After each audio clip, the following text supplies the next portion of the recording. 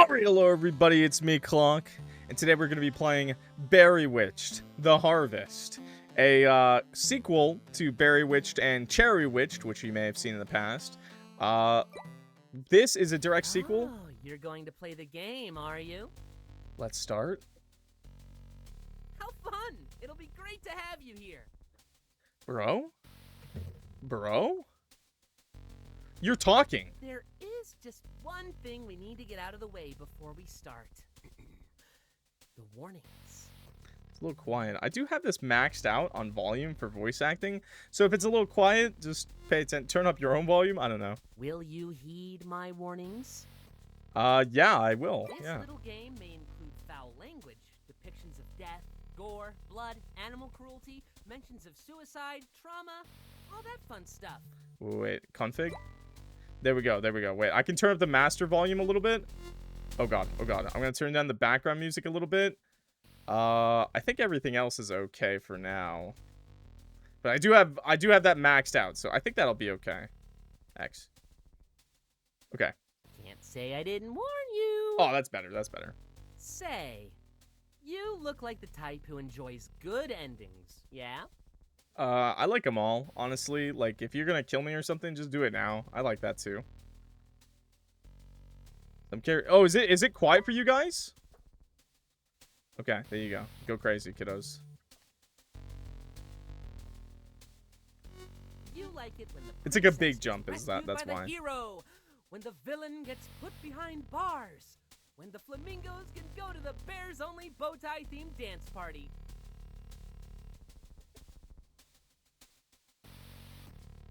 And the flamingos can go to the bears only bow tie themed dance party? I'm sorry to tell you this.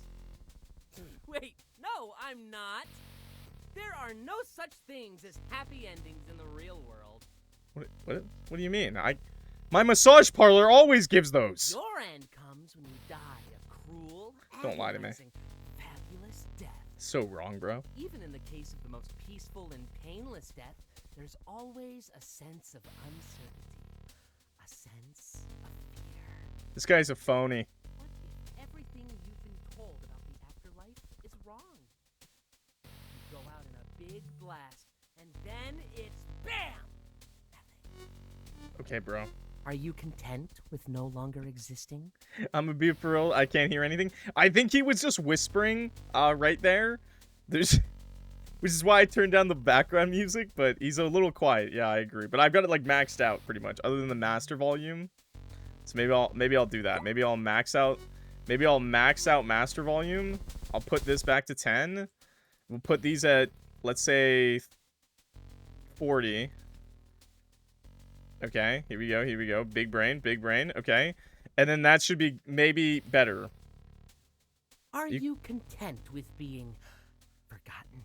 It's still kind of quiet, but good enough for me. If you don't want a bad ending, you just have to make sure your story never ends, right? If you don't want a bad ending, you just have to make sure your story never ends. Did you just repeat Right. yourself? I think this will be very, very fun. Yeah, I think it's better. It's time to wake up. Bye. Before you start this venture back into the world of Berrywitched, would you like to hear a recap on what has happened so far? Yeah, I would.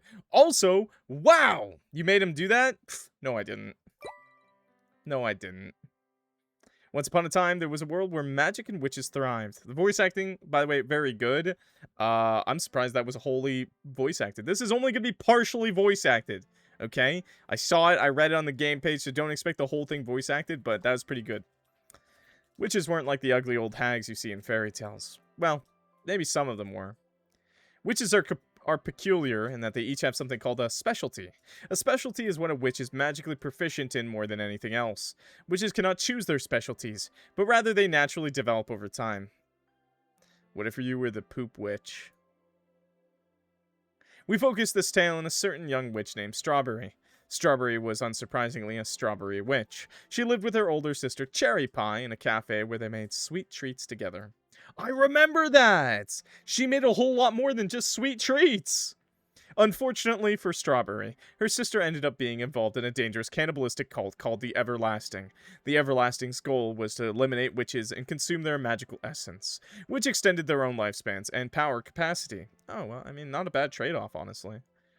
I'm not the poop witch. I'm the clock one. It's so obvious. What? Witches follow a governing body known as the Council of Witches, ruled by 7 council members. Working under the council, a detective witch named Inquiry went to the cafe and uncovered Cherry Pie's deadly secret. You know how awkward that would be? Like, you're like at a crime scene, you're undercover, and then they're like, "What's your name? What's your name? Oops, you dropped your ID. What's that say? Inquiry. You're the Inquiry witch?" Like, how do you cover that up? How do you prove this? I'm not undercover. I'm actually, I'm ink. It's an ink word, actually. When all was said and done, Cherry was brought into custody. Without having a home to go to, Strawberry was adopted by Inquiry. Yeah, I remember that. It was really cute. After a long time, Strawberry grew up. Well, okay, they said that. By the way, they kind of glassed over the fact that I died like 50 times, by the way, okay? After a long time, Strawberry grew up wanting to work under the council like her mother. She was given an offer to run her own bakery by a mystery benefactor from the Council of Witches. Of course, she would be a fool to not take what she wanted most of all, but her dream became a nightmare very quickly. She was tricked, trapped in an endless forest that draws in the most suicidal folks. Day after day of finding dead bodies in this accursed place, Strawberry started to become just as depressed as the victims of these woods. One day, she met an individual in a green hood. Strawberry did everything she could to get them to stay, baking a cupcake of their choice, gifting them one of her straw bunnies, trapping them in her room. Okay, maybe that last one was a bit drastic. I don't remember the cupcake being very nice either, but okay. Unknowingly to Strawberry, her new friend collected the pages of her diary and read it while trapped there, uncovering the truth of that dimension. After reconciling, the two agreed to stay together, helping support each other through any horrors that would come their way. Pog. Until now. Okie dokie. I'm not doing that voice. Just a few more touches. No, I'm not fucking doing that. Okay, never mind. Stop. I'm done. You delicately placed the fruits on top of the freshly baked pastry. You made sure to put mint frosting on top of that black forest cake, and carefully placed strawberries on the rim. Perfect. I ate the straw bunny? Yeah, I did. You grabbed the kitchen knife from the counter and cut 6 perfectly even pieces, all while humming a gentle tune. You backed away to carefully observe your handiwork. You could always just use magic to bring one into existence, but you learned that the best things are made through effort. Plus, you just really enjoyed the process. You took the tray it was placed on and proceeded into the main dining area. I'm not doing that voice chat. You cannot gaslight me into doing it. The latest... Oh, wait, sorry. I'll do the... Okay, one more time. The latest berryific masterpiece, just for... There you go. There was no one here. Hello? The quiet was starting to get to you. It was an unnatural quiet. I think I got it on point this time. It felt as if the entire world had stood still. Yuck. You're yuck.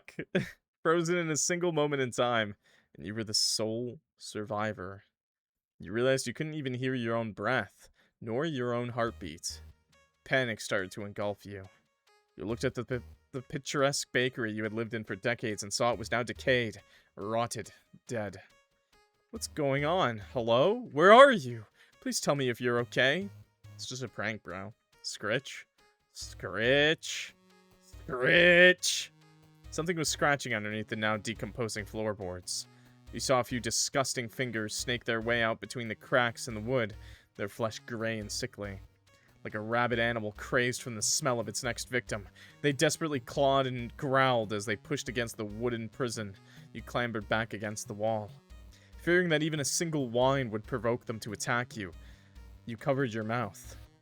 You shut your eyes tightly, reciting a phrase in your head, a silent prayer to the beginners. The scratching ceased. All was still. All was calm. You slowly opened your eyes. The shambling corpse was now standing in front of you. Maggots and flies were nesting in their head, crawling, burrowing, feasting. You let out the scream that was desperately kept inside your chest and pushed the ghoul to the ground. You began to make your escape, running as fast as you could. Like the beasts that they were, they galloped towards you on all fours. Their muscles tore themselves apart as sinew and gore flew off of their body from exertion. You flung open the walk-in oven's doors, just as quickly slamming it shut behind you. Walk-in oven! Who has that? You retreated to the corner of the large stone room and cowered in the corner. Then it started getting warm. Then warmer. Then hot. Then scorching. You looked down, and the oven's floor had started to erupt into flames. Last time I checked, it was a walk-in fridge. Oh, walk-in oven. Someone had turned it on. You quickly went to open the door, but then you placed your hands on the frame. The metal was already scalding. Your palm skin had been blackened and charred, exposing glistening white meat. Gotta make a lot of cakes? It was definitely an oven. I'm just used to, you know, walk-in fridges, not walk-in ovens, you know. They make pretty big ovens, you know. How big of a cake are we talking here? Your lips and nose had been taken by the inferno. You looked nothing more than a horrific creature of red meat. You tried to let out a wail, but your lungs had already been destroyed. The pink hair you once had fell with your scalp as it slid off your skull. You could hear the many voices of the damned that devoured chanting outside. We were meant to be eaten. We were meant to be eaten. We were meant to be eaten. Oh, okay, cool. You know, that, you know, it's a witch eat witch world, I guess. Ding. You, now congealed into a single black lumpy mass, had barely any conscious remaining. I'm surprised we're even conscious at all. The oven finally opened. A being with pink hair grabbed what was left of you with red strawberry-themed oven mitts. He decorated you with frosting and fruits before grabbing the knife and cutting you into 6 perfect pieces. You gasped awake, drenched in cold sweat. You quickly touched your face, your chest, your stomach. You weren't burning anymore. Sigh of relief you gave carried it with it all the tension your body had built up. You looked to the corner of your empty room. The straw bunnies were cowering there, all huddled together. Oh, good, a free snack. Nom. That meant you were screaming in your sleep again. It's okay, I'm fine now. Yummy, eat one. You barely mustered enough strength to give a weak smile. This one looks extra delicious to me, chat. I don't know about you. The straw bunnies hesitated at first, silently convening with each other through nose wiggles and tail wags, before all jumping into your lap, except for one who preferred nestling in your hair. That one was your little buddy. Yeah, that's one I don't eat. Do not the bunnies. The Banuis. What the hell is a Banui, chat? Oh, is that the name of the snack? Okay, awesome, thanks. Nom. They're so comforting and cute. You contemplated just cuddling them in your arms and drifting back off to sleep. However, that was once an escape through sleep turned into a nightly routine of torture. You didn't want to frighten them again, but you knew you wouldn't be able to rest without them. They bore the hurt in order to make you comfortable. They truly were your creations. You rubbed the dust and eye gook from your face and managed to pull yourself out from your bed. Eye gook. I mean, I've heard that one before. I just call it like sleep sand, you know, like sand in your eyes. But yeah, eye gook. You shambled down the steps, not even bothering to change out of your nightgown. To be fair, I've heard some people's isn't like sand, like mine's like sand, like sand. But yeah, some people I hear have it like they're like wet, they're like boogery, they're like gross, they're like gross boogers. So then I realized, man, I'm glad I just have sand. Like mine just has like little pieces of sand. Crusties, yeah, I also heard crusties, but mine is like literally sand. It's like little like pieces of sand in the corners of my eye that when I wake up I just get out. Pink eye. You have pink eye. Oh shit. I didn't mean to fart on your pillow that hard, bro. Sorry about that. You actually don't remember the last time you showered. Oh, I do. It was this morning.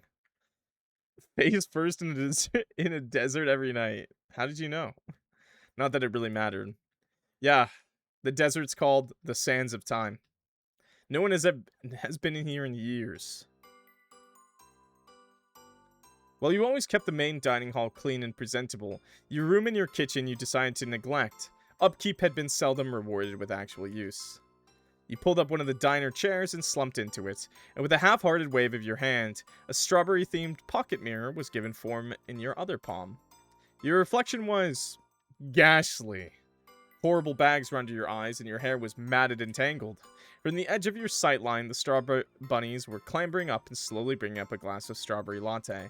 Honestly, this just seems like every pretty girl's morning, you know? A morning routine as of late. By the way, they're all pretty girls, so... You'd originally never cared for caffeinated beverages, but a while ago you realized it often wasn't the taste that kept people drinking it. It was the artificial energy that gave you the power to actually move on with your day that was the coveted desire. You remembered Mom's habit of drinking it too. Tears sprinkled onto the tabletop. Mom.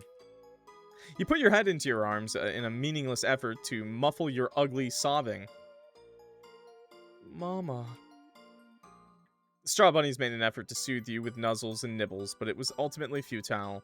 Ah, thank you, Straw Bunnies, for trying to eat me as well. You noticed all at once they stopped. You peeked out from your sleeves and saw that their ears had sprung up, and they were all staring in the direction of the forest. That usually meant... Oh. Oh my. You quickly cast magic to fix your hair, and... prestidigitate your nightgown into your normal red dress. Excuse me, I don't know that fucking spell. Run that back for me? Prestidigitate? Excuse me? What is that word? I'm an English major. Drop out. It was a quick fix, but unnoticeable under a lesser trained eye. Hey! Please, can you cuties clean up and get the kitchen ready while I'm gone? I know it's been a while since we've done this, but I'm hoping you all have remembered. That's like a level 1 spell. Fuck. Not Expelliarmus. They all jumped in response. You returned to smile and leaned down to give your little buddy a high five. Nice. Is that actually a real word, by the way? Yes. You know, I'm always learning new things all the time. I just want to know what it means. Does that mean, like... Yes, it's real. Is real? Prestidigitate? Prestidigitate? I can't even say it not fast. Works for spells are can be. Yeah, it's real. It's real, never mind. You exited the bakery, it is now. Prestidigitate. Digitate. Prestidigitate. There we go. It's hard to say it without seeing it. You exited the bakery into the ever-familiar woods. It's one of the most versatile 5e cantrips. Are you for real right now? Yeah. That's awesome. That's fucking based. That's actually really cool. Literally a level 1 spell. Literally even better than a level 1 spell because it's literally a cantrip.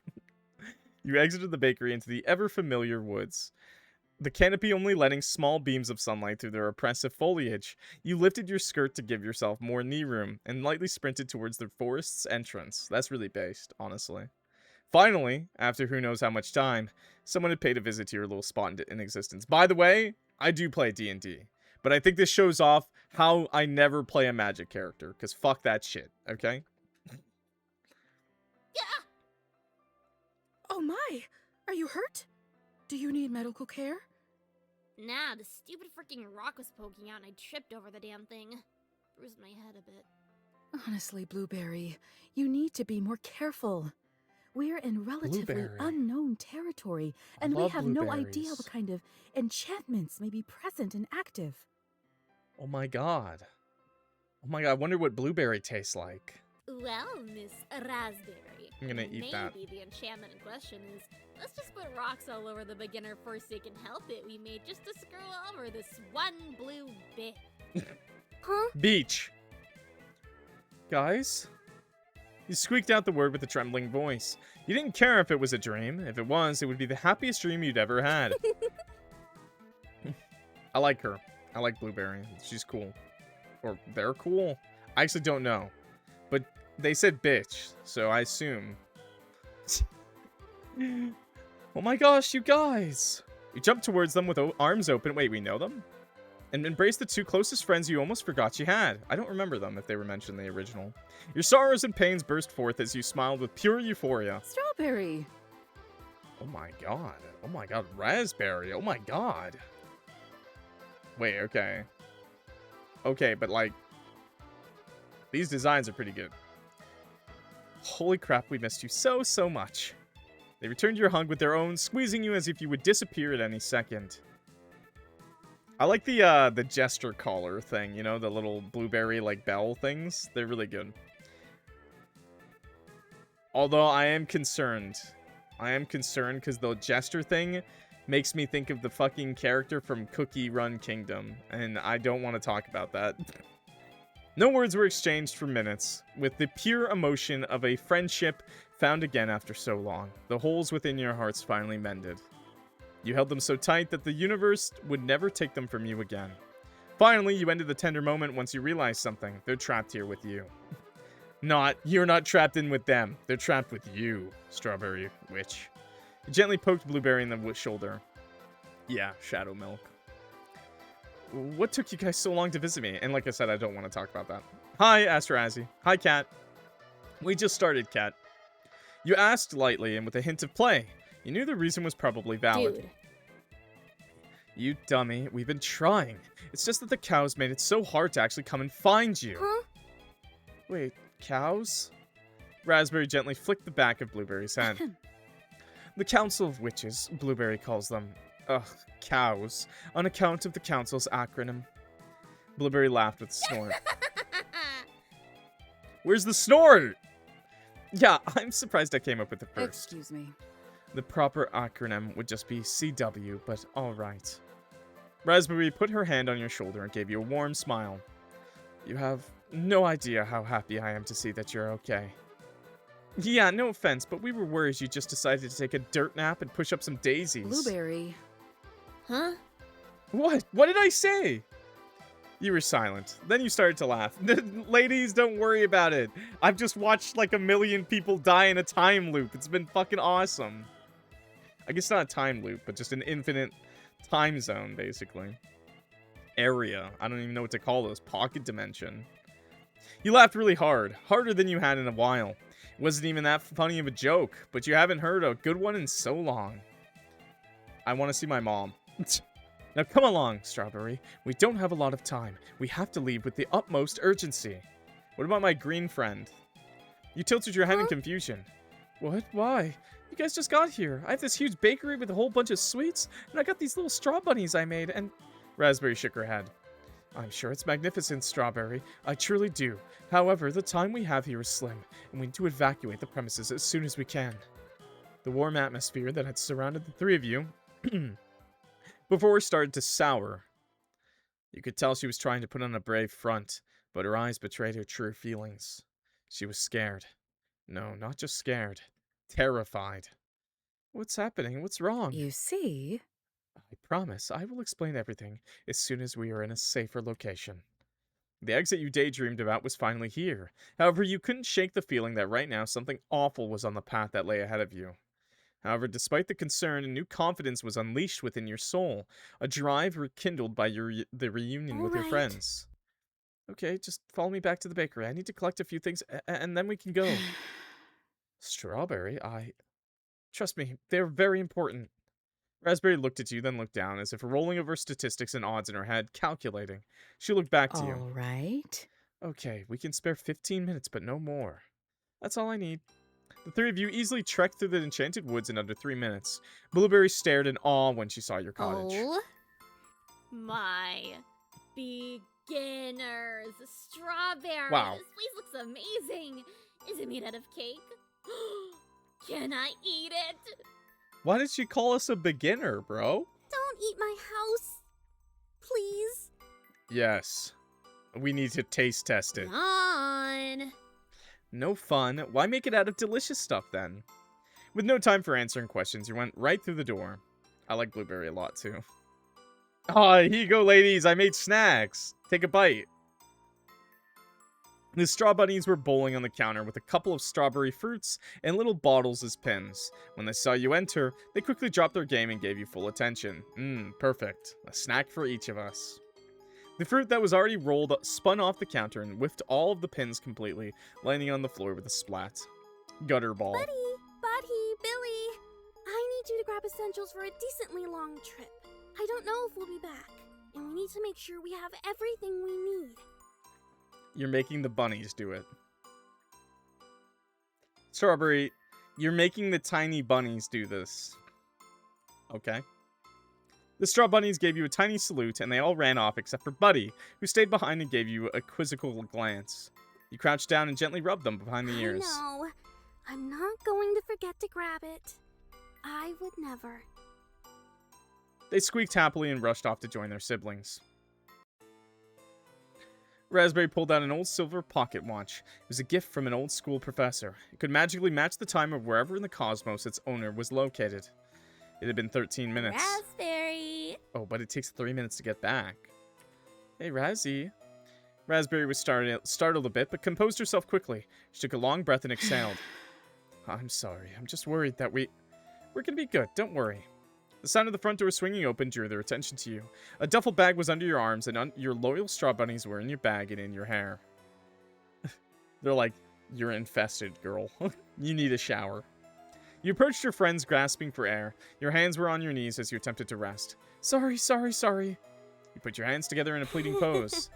I knew that it took longer than it meant to, but I needed to find something very important, and it took a bit of time. She is fleas. Worse, she is Benouies. It's okay, as long as we're all here now. Raspberry closed the trinket and placed it within her pocket. In its place, she retrieved a silver skeleton key engraved with the logo of the council. She inserted it into the air, only to magically create a rectangular portal filled with purple-colored magic. Strawberry. Come along, Strawberry, my dear friend. You've been here long enough. Blueberry quickly snatched her hand into hers and pulled you along. Wait, what about Green? Are we dead? Is the green hood dead? That was the character we played as, right? Are we just dead? Okay. Maybe. I mean, probably. But okay. Come on. We ain't got a moment to spare. You followed along, but not before giving a quick glance back to your home. Even though over time you did start to loathe the place, you still felt a twinge of melancholy upon leaving it behind. I don't remember, actually. Did we die in the end of the first game? I mean, we did. Okay, that was a stupid question. We did die a lot. But did we die at the end? I don't remember. I don't remember. It's been like a year. Empty without you, you knew that. For whatever the reason may be, you weren't going to be back here for a very long time. And then, your vision was engulfed by white. Oh. Let's go back. It took a moment for the blinding lights of the swirling portal to fade away, and before you knew it, you had arrived at your old childhood summer camp. Yes, you remember this place. Incantation Acres. It was a fairly popular camp for kids around your age growing up, until it shut down suddenly. We moved in with her. Yeah, I thought so. They mentioned it at this, but I guess we must have died, passed on. Come to think of it, it shut down the same year your sister... Best not to think of that right now. That place had certainly seen better days. It looked as if it had been abandoned the same day that you left it, and no one had bothered to do anything with the aftermath. A huge thunderous bellow erupted from the sky as the three of you looked towards the sound. A massive terror began forming above as tens of hundreds, clawing, gnarly, human-like hands began ripping open the fabric of reality itself, picking and grasping at the very flesh of the atmosphere. Can we just go back? Why did you take me here? Like a desperate animal that had finally escaped the womb of its dead mother, the thing burst forth and flapped large, fleshy wings. The hands then revealed themselves as part of its profane body, like a millipede with millions of tiny arms. Flying, looking, searching for prey, a huge yellowed eye opened and stared at you from its chest. You could feel merely its gaze bringing you to the brink of utter madness, like you could feel your mind breaking, shattering from the sheer impossibility of this monster's power. It flew towards you, clearly about to strike. Well. If it isn't my favorite fruit salad. Yummy, yummy. I was just about to go fruit salad. Yummy, yummy. I'm gonna die. A gigantic hand smashed itself onto the ground in front of you, a dizzy-looking witch clinging onto its thumb.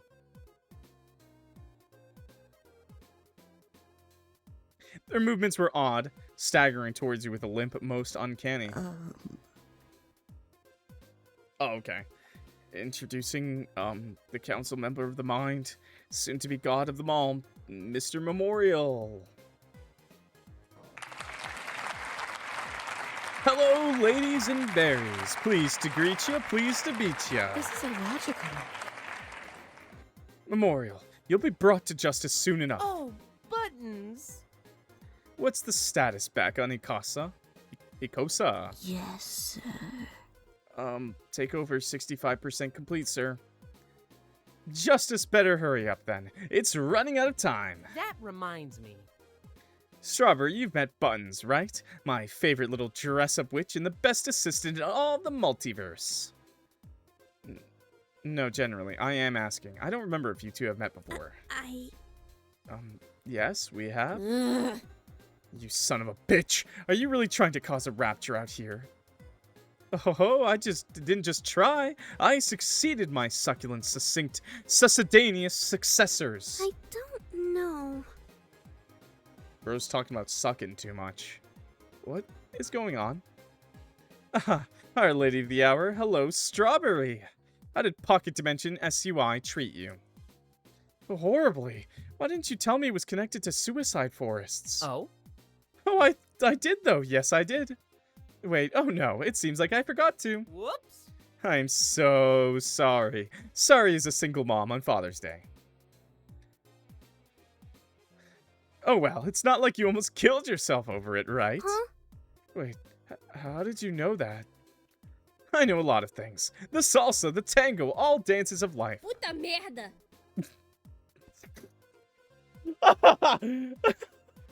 I'm not gonna lie, that was... What the shit, bro? Do you know how to get the fuck out of my face?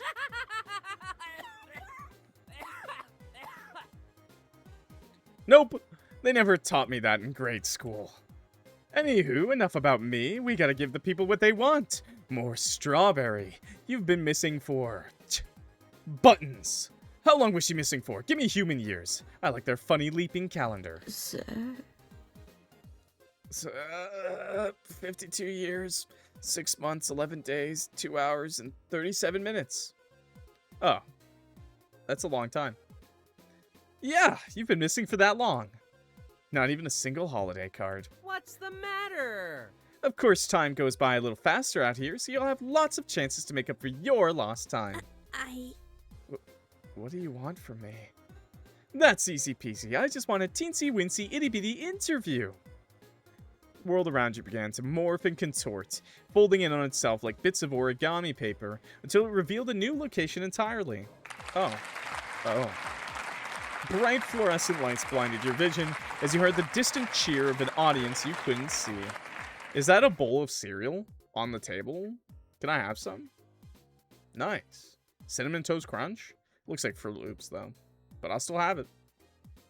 Don't worry about that brain in the jar back there on the TV. Don't worry about it. You did catch a glimpse of a wall behind the set. This wall had only photos of Buttons, each labeled Employee of the Month, with different dates. Next to you, Blueberry and Raspberry were sitting with perplexed faces. Hey! Oh, we'll share the cereal? Nice.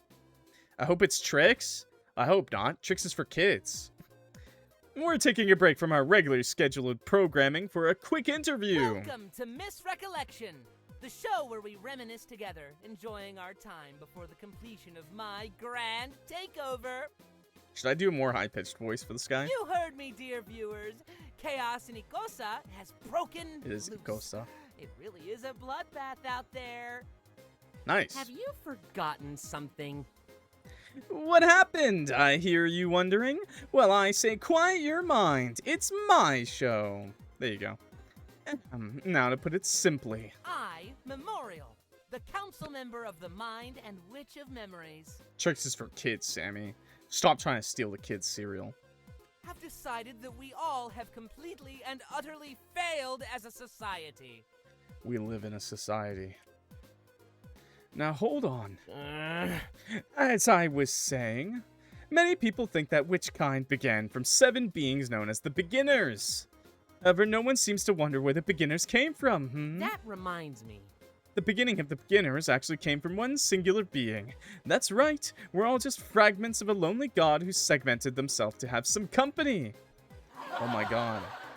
Just like Strawberry did with the bunnies. What a loser! Am I right? Huh? Doesn't that mean you're a loser? Doesn't that mean you're a piece of that loser?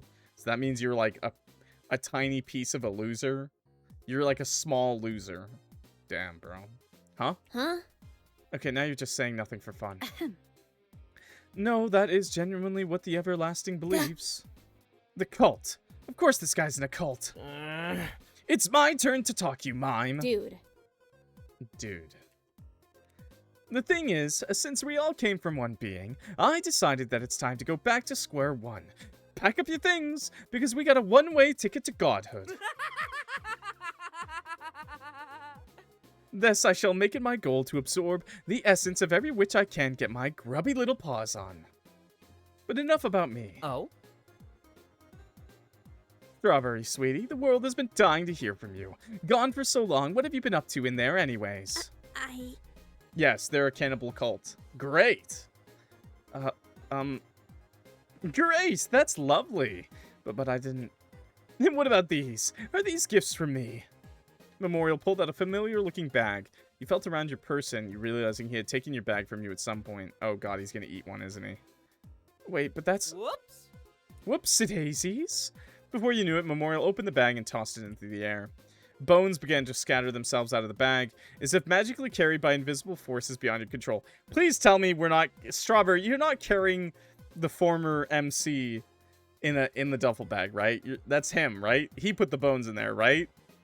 Whoa. Are those bones? Strawberry! Aw, did I do that? You started sweating, shaking silently in your seat. Now what were you doing with Bones, huh, Strawberry? Throwing a skeleton party without us? The skeleton in my closet. I'll tell you what, how about we make things a bit more interesting here? I, in all of my generosity, shall spare your life, little Strawberry, if and only if you find all of those bones again. Okay? Let's save. I feel like I'm not going to be able to save whenever I want. Can't say the same for the rest of you. Womp womp. The fuck are you trying to do? Jeez, Blueberry, put on your listening ears for once. Here, I'll give you a demonstration. Memorial snapped his fingers, bringing forth your 3 little straw bunnies on top of his desk. A sinking feeling entered your gut as you reached over to scoop them up. However, before you could, Memorial slammed his arm down in between you and your smaller companions. They looked a tad confused, but curiosity filled their gaze more than anything else. Scattered our bones, yeah. They didn't seem to sense the danger that all 3 of you felt. Yikes. Take this little buddy here. If they wanted to ascend to godhood, all they would have to do is... Oh god. Memorial pushed the straw bunnies together, a faint glow emitting from their bodies. You felt like your body was in a state of repellent magnetic polarity, in the sense that no matter how hard you tried to intervene, some invisible force made it hard for you to come in contact.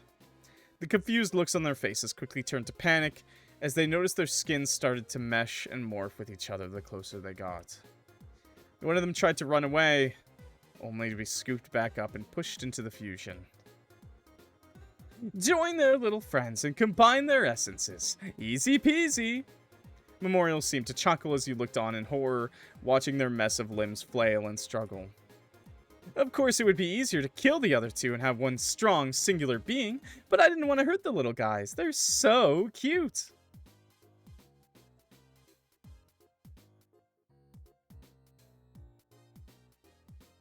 You watched him poke the tiny bunny fusion, causing them to fall over. When you leave your bag of gummies out in the sun, they all melt into one big gummy. Correction, it's a banooey.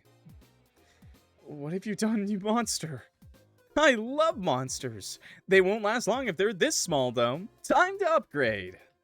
The TV show host clapped his hands together, slowly pulling them away from each other in a clawed hand motion. The more his hands parted, the more you saw your precious creations bubble and contort, growing larger in mass. Please just change them back. They don't understand what's going on. What's the matter? What are you talking about? I'm increasing their chance for survival, their chance for glory, their chance to use some supermarket coupons. Kick your ass! Based. Blueberry hopped out of her seat, swinging her legs over Memorial's desk. She grabbed his hair, bashing his face down into the aforementioned surface. God, why, you little... You watched as Memorial gripped onto Blueberry's arm, effortlessly hurling her across the room towards where Raspberry was sitting. Oh, wait, no. Raspberry held her arms up, bracing herself for the moment when... Blueberry collided with her, causing them both to groan in pain. Oh, buttons. Oh. Buttons, read me my to-do list. Pretty please with a chocolate-coated peanut on top. Yes, sir. It goes as follows. Don't forget. Burst someone's bubbles, spill the beans, clean up required, stir the pot, toot my own horn, skate on thin ice, add fuel to the fire, get ducks in a row, acquire ducks, teach them discipline, bark up the wrong tree, and cry over spilled milk. That poor milk didn't even have a fighting chance. That reminds me. Well, as you can see, I am a very busy man, and I have important matters I must tend to. So I shall leave you to your scavenger hunt. Bye-bye, good luck, don't forget to tip your waiter. I mean, they're all magic, but, yeah, magic man. Memorial reached a hand out towards his assistant, who gently took it in at return. After walking them around to his side of the desk, they both dropped to the floor. Reality folded in on itself, and as it did before, leaving you mortified by the prior events. From Adventure Time? Oh, okay. I've never seen that show. Good. Oh, lovely. The straw bunnies look so cute. Ugh, my head. Oh, thank God they covered it up. I was worried I had to stare at them longer. They don't hear this, don't worry. Is everyone all right? My straw bunnies! Oh no, oh dear. Vines started to grow from the large mass of... Well, you weren't quite sure what they were anymore. Do they taste like strawberries or bunnies? Let's find out! Strawberries, by the way. Thankfully, they didn't seem to be in any agony. More so just incredibly confused. All right. So, a lot just happened. A lot. That's the best you can say about this. Strawberry, I am horribly sorry about your pets, but I must implore you to focus on the task at hand. Now that My- you mention it. My fucking friends that kept me happy for fucking 52 years are just now one monster. Oh yeah, I'm good now. You know what, now that I thought about it, I'm good now. Yeah, I'm okay. I should just eat them. Memorial is a dangerous individual. I worked alongside him in Council of Witches and... Cow. Raspberry cleared her throat, placing a hand on your shoulder. Well, I don't know what he is planning exactly, but we should tread cautiously. It's best if we play along for now and do what he says. So, like, are we just, like, not nearly as powerful witches as that one warlock witch guy is? I guess he's a witch, but, like, are we just not nearly as powerful as Memorial? Like, is Memorial just, like, God, and we're just, like, little playthings for him? Okay. Puta merda! Puta mierda. Yeah. That guy pisses me off. I don't want to do his stupid bone hunting thing. I fear if we don't at least act like we're engaged in his game, he will get bored and obliterate us here and now. I see someone really likes the Spanish swears. It's like this is Chibidoki, Chibidoki. Yeah, Chibi. It's like the streamer. Have you guys ever seen the streamer Chibi? Man, she's hilarious. And she learned how to speak Spanish, and all she does is speak in Spanish swears. It's great. Memorial's been collecting power so he can ascend to godhood and restart society. Yeah, but I just feel like maybe a bunch of witches should be able to do something. But I guess not. That's fine. You know what? We should just make a cake over this. I'm sure everything will be fine. You saw what he did to you, Blueberry. He's too powerful the way he is now. We would need to catch him off guard. This is a good plan of thought.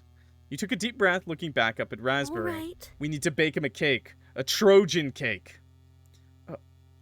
Okay, I trust your judgment. The taller witch smiled at you, pulling you in for a soft hug. Yes, please. At least for now, it seems like we're safe. You relaxed in her arms, burying your face into her shoulder. You almost forgot how nice it felt to be hugged by a girl. What's that supposed to mean? What? No hugs for Blueberry? Oh, you're fine, you big baby. Raspberry extended an arm out, gesturing for Blueberry to get in the hug. Your blue-haired friend perked up, wrapping her arms around you and Raspberry's waists. Means she's gay! Gasp. You stood there for a few minutes, squeezing each other tightly.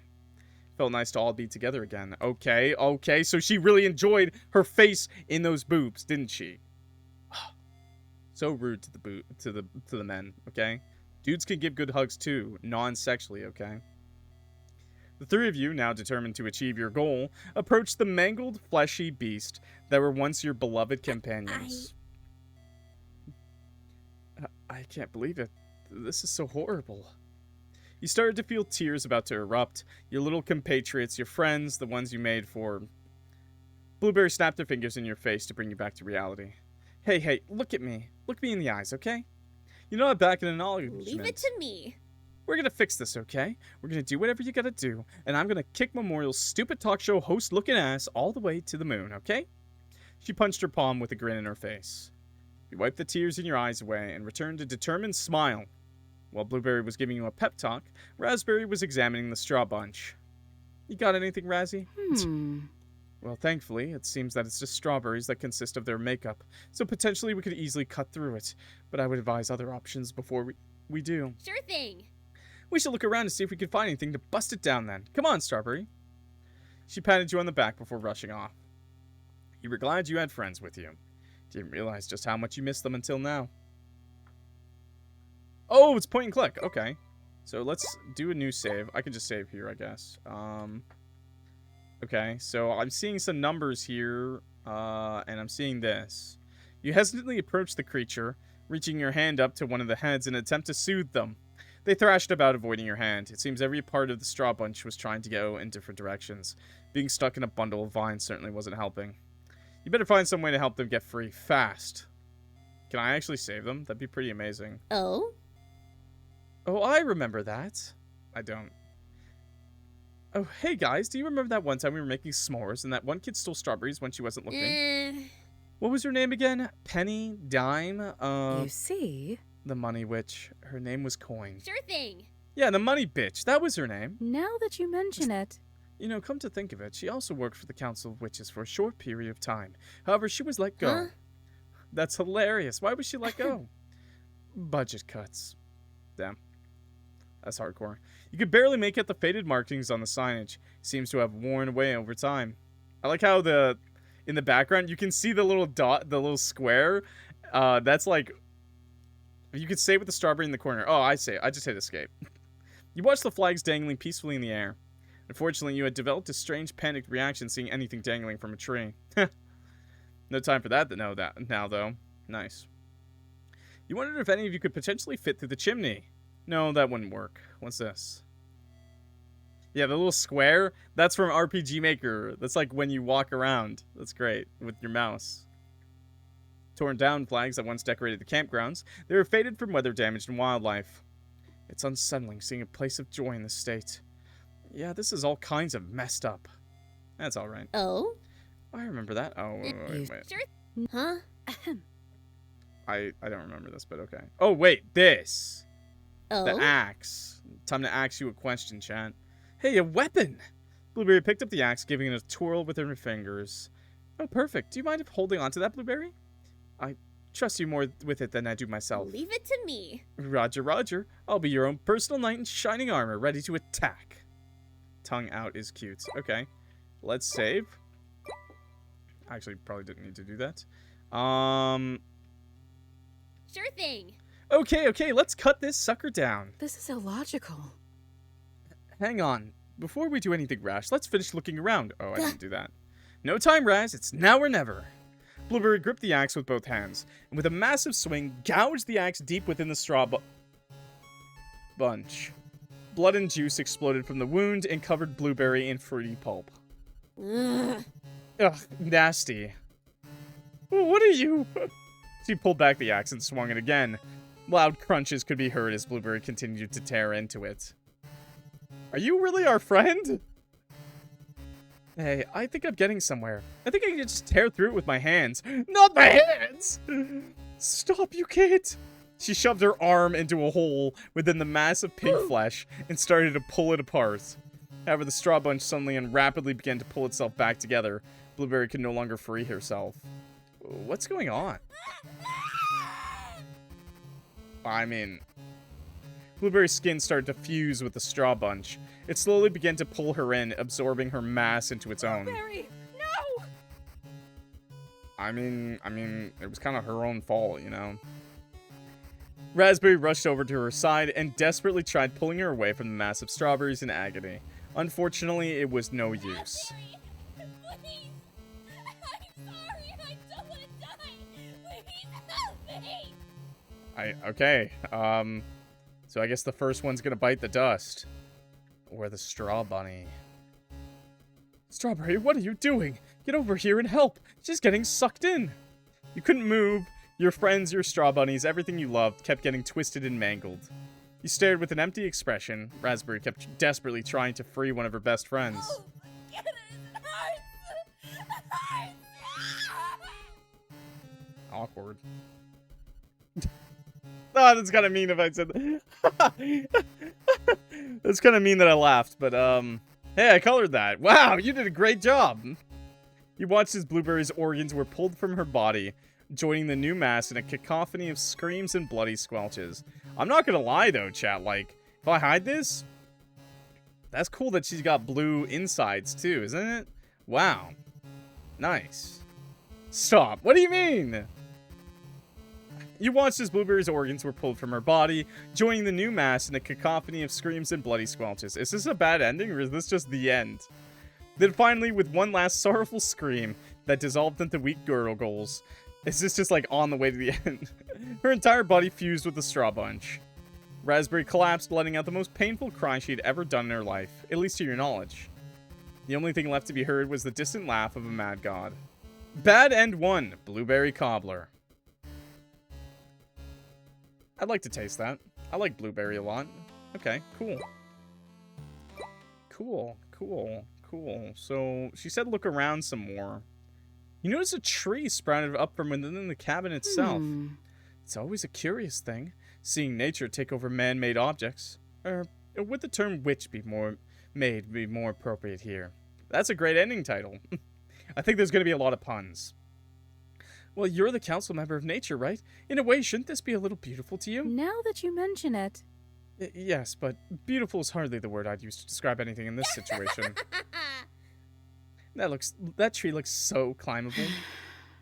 No, Blueberry, we don't have time for that. Yeah, we're looking for bones. Studio bones. Oh, I can click on the vines. Let's do that. Huh? What's this?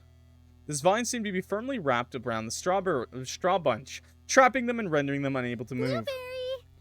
Hey, Blueberry, can you come over here for a second? Blueberry walked over, the axe resting behind her head between her shoulders. What's up? Hey, hey! Can you do one thing for me? One weird thing for me? Could you pretty please chop this vine? Blueberry looked puzzled. Oh? The vine? I mean, I was just gonna swing at the... Don't do that! You spoke up so fast, you startled yourself along with Blueberry. Okay, I got it. I wanted to murder, though. Blueberry hacked the vine apart with one good swing. The vine quickly shriveled and decayed within a matter of seconds. Whoa. Let's try finding more of these strawberry vines. We might be able to free them. Well, if they're strawberry vines, can't you just do some magic and tell them to screw off? You shook your head. Whatever Memorial did to the straw bunnies, his enchantment is completely overpowering mine. I can't do anything. Sure thing. Okay. This one, too. Another one bites the dust. The vine. Almost there. Oh, last one. Well, I'm glad that we didn't have to brutally gore the straw bunny and then go on to hop inside of him. Once you had cleared the final vine in your way, the creature before you scurried off deep into the woods. You could hear the rustling of bushes and trees as they trampled practically everything in their path. Well, considering how much Blueberry was screaming, I think they're in a lot of pain. Aww. Oh. Aww.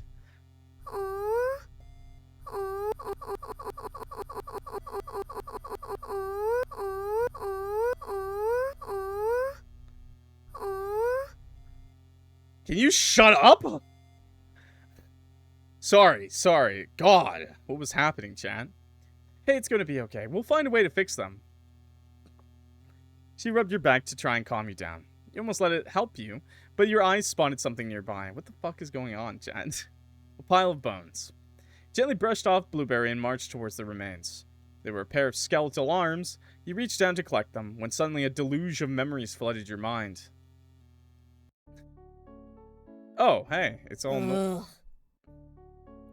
You wanted me to leave you alone. Why are you following me? Because you can't just worm your way into a friend group, then berate and ditch us like it's nothing. Oh, really? Oh, I see.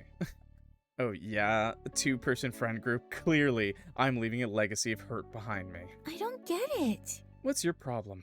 You act like you hate us, yet you're always around us. Is this funny to you, some kind of game? Would you leave me alone if I told you it was? I don't know, would you leave us alone? You scurried to catch up to your friends, stopping to regulate your breathing. Hands on your knees, you looked up to see them at each other's throats. Sure, they had fought before, but never to this extent. Guys, slow down. We don't need to fight about this. Strawberry? He called you useless, Strawberry. Again, for beginner's sake, stand up for yourself. Well, yeah, but that's just his herb. He doesn't really mean it. If he doesn't mean it, you saw Raspberry turn her head rapidly towards the offender. Then he should apologize. Okay. Why should I apologize? I get it. You guys don't like me. The message is loud and clear. We would like you a lot more if you treated us as equals. I mean, I still like you. It's the Strawberry, by the way. I figured it out. Raspberry shot a glare at you. You had never seen her so angry about something. You took a step backward. You know when to pick your battles. Raspberry.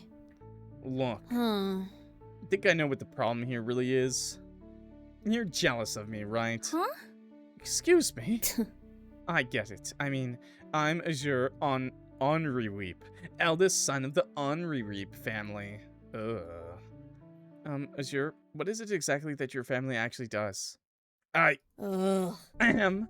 The Enriweep family has been around since the founding of our city, Ikosa. We're the longest line of weaponry witches to ever exist. Actually... Strawberry? We're practically the backbone of our modern military. Does this not ring a bell to you? Strawberry?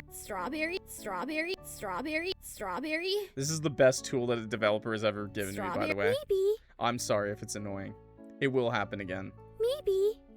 Maybe.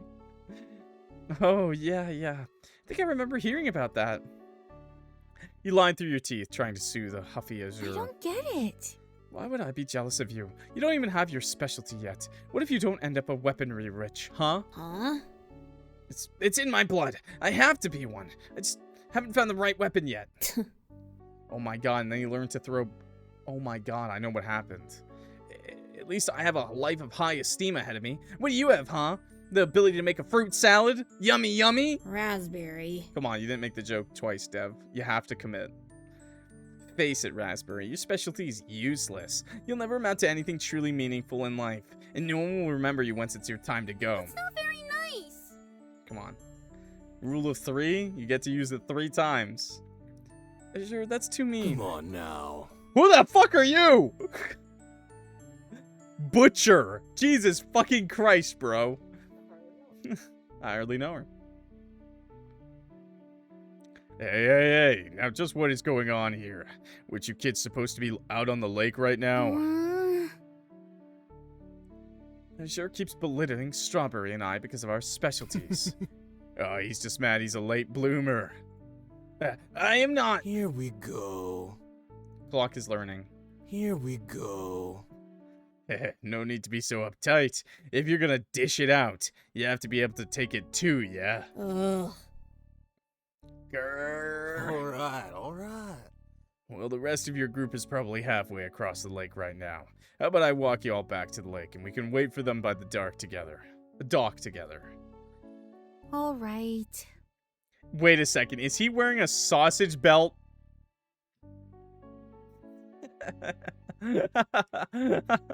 That's pretty funny, I'm not gonna lie. Oh, man.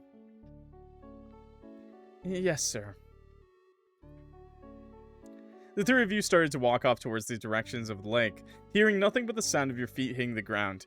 It was a rare occurrence to have silence between the three of you. He's dripping in meat juice? I know. Walking health disaster. It sure wasn't making eye contact with either. I bet there's already like a girly drawing fan art of like them like on their knees eating his sausage, like just. It's already real. I can tell you that much. It's already real. It's real. It's happening. Sure wasn't making eye contact with either of you. While he looked down, Raspberry held her head high and stared forward. Or a dude. Okay, or a dude. Either one. But somebody thought of it. Couldn't help but think to yourself about what the camp counselor said. Jure was stubborn, and you learned speaking to him directly normally didn't work in your favor. Perhaps you could work your way around to getting to the heart of the problem. It's already real because Clock is imagining himself ex-butcher? Well, now you just put that in my head. So now, yes, I did imagine me eating his meat and going, but what about the real meat behind that apron? Approaching the dock, the blue-haired kid walked ahead of you both and sat down on the edge. The falsified sun lowered slowly, gently covering the landscape in a warm glow. What can I say? I like glizzies, chat. You gestured for Raspberry to follow you, which she did with a begrudging sigh. And fittingly like this game, we would grab a butcher knife and chop his sausage off. Sitting down on the dock, he broke the silence. Yes, sir? Huh? If you didn't have to be a weaponry witch, and you could choose your own specialty, what would you want to be? What kind of question is that? Why would I want to be anything else? Here we go again. It's just a hypothetical question. I don't know. I guess I was just trying to lighten the mood. I guess maybe something heroic? Wow. Really unlucky. Maybe an explorer witch? I could travel across time and space, reaching new dimensions we don't even know about yet. Unlucky. Or, back it up, maybe I could be the first of its kind. A hero witch. A new specialty centered around saving the day and always doing what's right. Unlucky. That sounds so cool! I can picture it now. Protector Azure. Fighting evil one snarky remark at a time. He looked over, noticing a flicker of recognition in Raspberry's eyes. It appears she caught on to what you were doing. And what if you couldn't be that? Huh? But what if... Your specialty had to be something more simple. Literally starts crying. It's just a hypothetical question. No need to think about it too hard. Ugh. You're gonna laugh at me if I tell you. I promise we won't. Go on, you can tell us. Maybe I'd want to be a gardener witch. Damn. Bro literally just said, I want to chop you both down. I want to grow you affectionately until you're old enough that I can rip you down and eat you. Nice. Really? You don't think that would be too useless? Real. True. What a man. I can already see the Maybe. misogyny in him. He really did a whole 180, didn't he? I don't know. There's something about taking care of plants that's just really calming to me. And killing them. Ending their lives when they're too old, you know. Harvesting them. The Harvest! Oh my god! I figured the game name out, everybody. I figured it out. I'm something of a gardener myself. And guys, remember those mystery seeds they gave us at the beginning of camp? It was the day we painted those flower pots. The seeds that should be fully grown by the time we're set to go home. Huh, yeah, it's funny. Raspberry and Eyes really bloom really quickly. Yes! I guess that's just a perk of our specialties, though. Yes! I was expecting our powers to have an influence, and they did. We grew raspberries and strawberries. Yeah, well, mine grew a bit faster than everybody anticipated it to. I went back to the boys' cabin every evening and watered it. I even moved it to a better area where it would get more sun. No matter what happened each day, she was still growing. I still remember when she started to sprout her own leaves. Oh? She? Sorry, I guess that is kind of stupid, huh? It's not like it's a girl, it's just plants. It's not stupid at all. I named my plant Bobby, so I think giving your plant her own gender is all in good fun. Maybe. Yeah, I guess so. At the end of the day, I really didn't care what she grew to be. I loved watching her grow. I loved being responsible for the healthy, happy little plant she was becoming. Well, long story short, she turned out to be a blueberry bush. Based. We love bush and blueberries. Aw, that is so cute. She matches with us. Is that why you hang out with us so much? Because you secretly like gardening? It's because right now he wants to cut you down. But when she grows up, she's gonna nurture you. Did you just want This reminds me friends of Love to Money share a ending that is hobby almost with? impossible to get. This is Berrywitched, something completely different. But hi. You need to play more games, my friend. Getting a lot of Love Money vibes from this guy who has only ever seen Love Money. Did you just want friends to share a hobby with? Just forget it. My parents will probably make me throw the plant away the second I get home anyways. Okay. Well, if your plant is growing blueberries, then we have no time to lose. Nah, the color at least is there. I can see the color. The ecology of this place is ideal for berry bushes, but the birds in this region will eat all of them if you're not careful. We can do it. You deserve to enjoy the fruits of your labor before you go Oh? home. Oh no, maybe we could ask one of the counselors for some more of that netting we put around our plants. That'll keep away the birds. Yes, I was thinking the same thing. Oh. That'd be nice, yeah. Okay. Then it's settled. Let's go ask Mr. Butcher if he knows where they keep the netting. Hey, I'm sorry. For, you know, Oh, okay. everything. Aww. You and Raspberry exchange glances, giggling at each other. Ugh. Now push him in the water. Push him in the water. Push him in the water. Whatever. I apologize. Are you happy now? Push him in the water. Yes, apology accepted. All right. Fart in his face. Bully him. This is the perfect moment. Run away and say, that's for bullying her. Well, that's a start at least. But you need to be nicer to Strawberry and me. I will. Maybe. I mean, Come on. If we hurry, we can place the netting and still get back in time to greet everyone at the dock. You grabbed onto Azure and Raspberry's arms, dragging them back to the counselor who guided you three before. Nice. As the memories receded, what was left was a dull, aching pain. You held your head in your hands. Felt like someone clawed their way into your brain and began to pull apart parts of yourself, like ripping a film reel out of a projector. You blinked a couple of times to reorient yourself. You hadn't thought of your days at camp in so long, and yet when you touched the bones, those specific times were shown. Why? You turned around and checked the status of your companions. Oh, is everyone okay? Blueberry lay sprawled on her back, giving a very weak thumbs up. Feeling very, very, Chief. Ow. Memories are stored in the bone. Can't wait for when we get to the bone zone. Oh wait, we're already there. Raspberry sat up in the ground, rubbing her temples together. I'm going to assume the assault on our senses was a result of the objects you collected. No doubt another machination of the memory witch, the cur. You grabbed the remains and stuffed them inside your bag. Oh, did everyone see that memory? So, you gonna tell us what's up with those bones? I like to bring the bone zone with me. Whoa, hey, I'm not trying to dig up any skeletons in your closet. Just the ones in front of us. That was unintentional. Dude. But seriously, dude, if you don't want to tell us, you don't have to. Blueberry ruffled your hair, dropping the topic much quicker than you expected. Leave it to me. Come on, let's head inside. I assume we died. I assume the main protagonist died, and instead of burying us, she did some fucked up stuff with our bones. But okay. Dark. As you all stepped into the cabin that used to hold the camp's kitchen, you began to use your search for your collection of bones.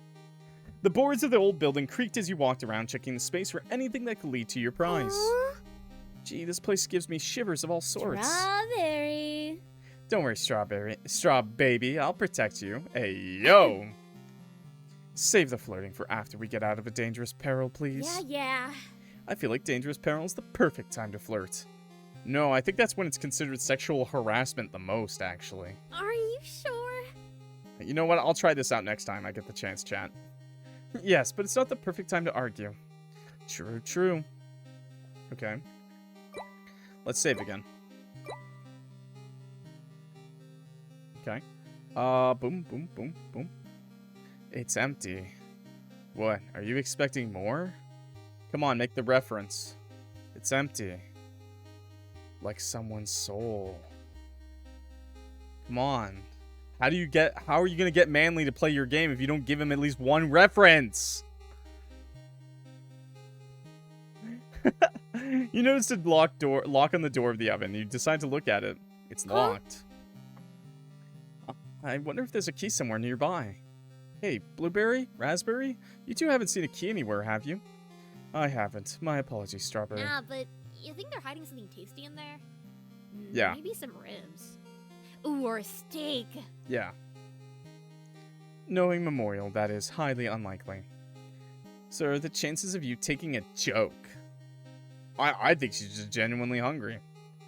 Stove was rusted, leftover food residue was stuck to the grates. Out of curiosity, you tried turning the knobs. I bet he's a badass hero. Yeah, I bet so too. Nothing happened.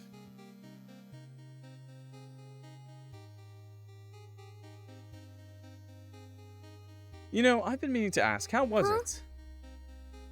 How was what? Your bakery. You paused, that question was complicated. It took a few seconds to prepare your answer. The bakery itself was amazing. It had a great location in the woods. During the afternoon, the sun would hit the windows of the dining area perfectly, and a ton of natural light would be let in. I had this wonderful display case where people could look at the various desserts I made too. Oh? Yeah? What was your favorite part? My bed. That's relatable. Yeah. That's the only time I didn't see dead people. Sussy? Big red button. You looked at the cherries on the shelf. You looked away from the cherries on the shelf. Rotting foodstuffs littered the dilapidated shelves. Curiously, the potatoes were still growing. Oh? Potatoes from our aliens. Oh, that's so cool. Also disturbing, but cool. Don't know. How could they still be alive after all this time? You see? Potatoes can easily grow in various environments. Realistically, all they really need is soil and a warm temperature. They also do not need that much moisture, just about an inch a week. Yep. These babies can survive anything. Survive anything. You hoped one day you could be as resilient as a potato. Actually, sometimes they get older and then they start to turn green, and that's when they become poisonous and they release a noxious fume. Okay. Oh. I don't. You. Okay, that's the same thing. Okay. Okay, what about this? Okay, it might be a long shot, but hopefully there might be something useful in here. Walk-in oven. No, it's a freezer. You expected it to be cold, but never in your life had you felt freezing temperatures this intense. Did I just walk into a death ending? You couldn't shake the feeling that something important was here, however. More potatoes. Best make it quick. You know, I don't know what to do. I have 7 seconds, bro. Just kill me now, bro. Your body started to succumb to the cold of the freezer. You could feel it become harder and harder to move your limbs. Hell yeah, I'm rock hard. As you struggled to find the key and get out of this accursed thing, you spotted it in the distance. But it was too late. Did you? Where is it? Tell me. I didn't see it. You couldn't move your legs anymore. The ice traveled up your body and began to freeze you into a see-through ice sculpture. You remained alive, surprisingly, but there wasn't much you could do aside from stare straight in front of you. Could the other girls not help?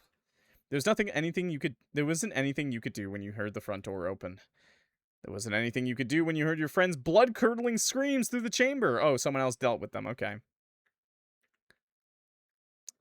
There wasn't anything you could do when Memorial opened the freezer. There wasn't anything you could do, not anymore. Nice shoes, idiot. Bad end 2.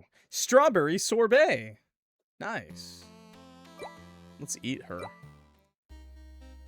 Okay, okay, I guess we gotta go in there, but where is it, bro?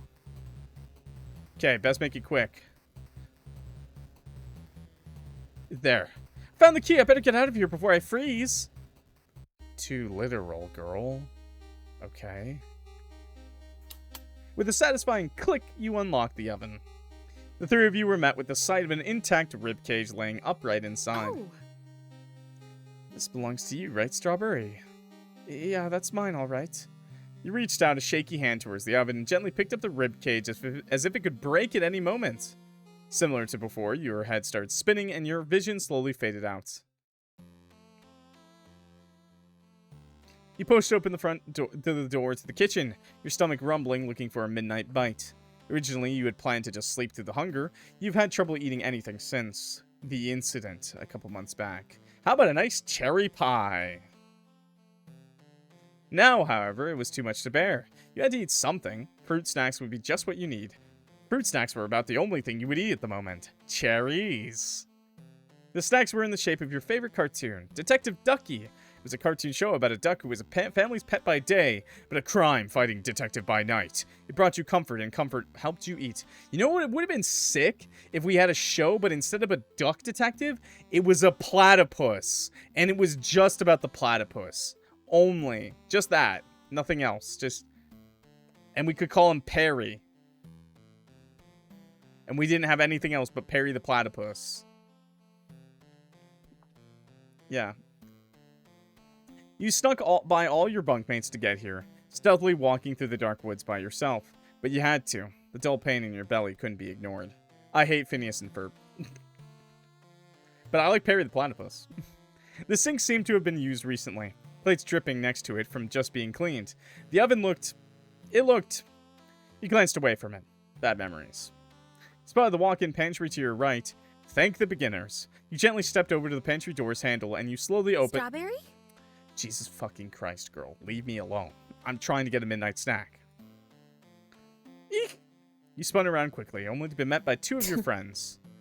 Geez, Strawberry, you woke us both up with your little escapade, and now we can't get back to sleep. Huh? What? You didn't have to get up, bro. I'm sorry, it's just, I didn't eat much today, and I feel like I'm starving. Huh?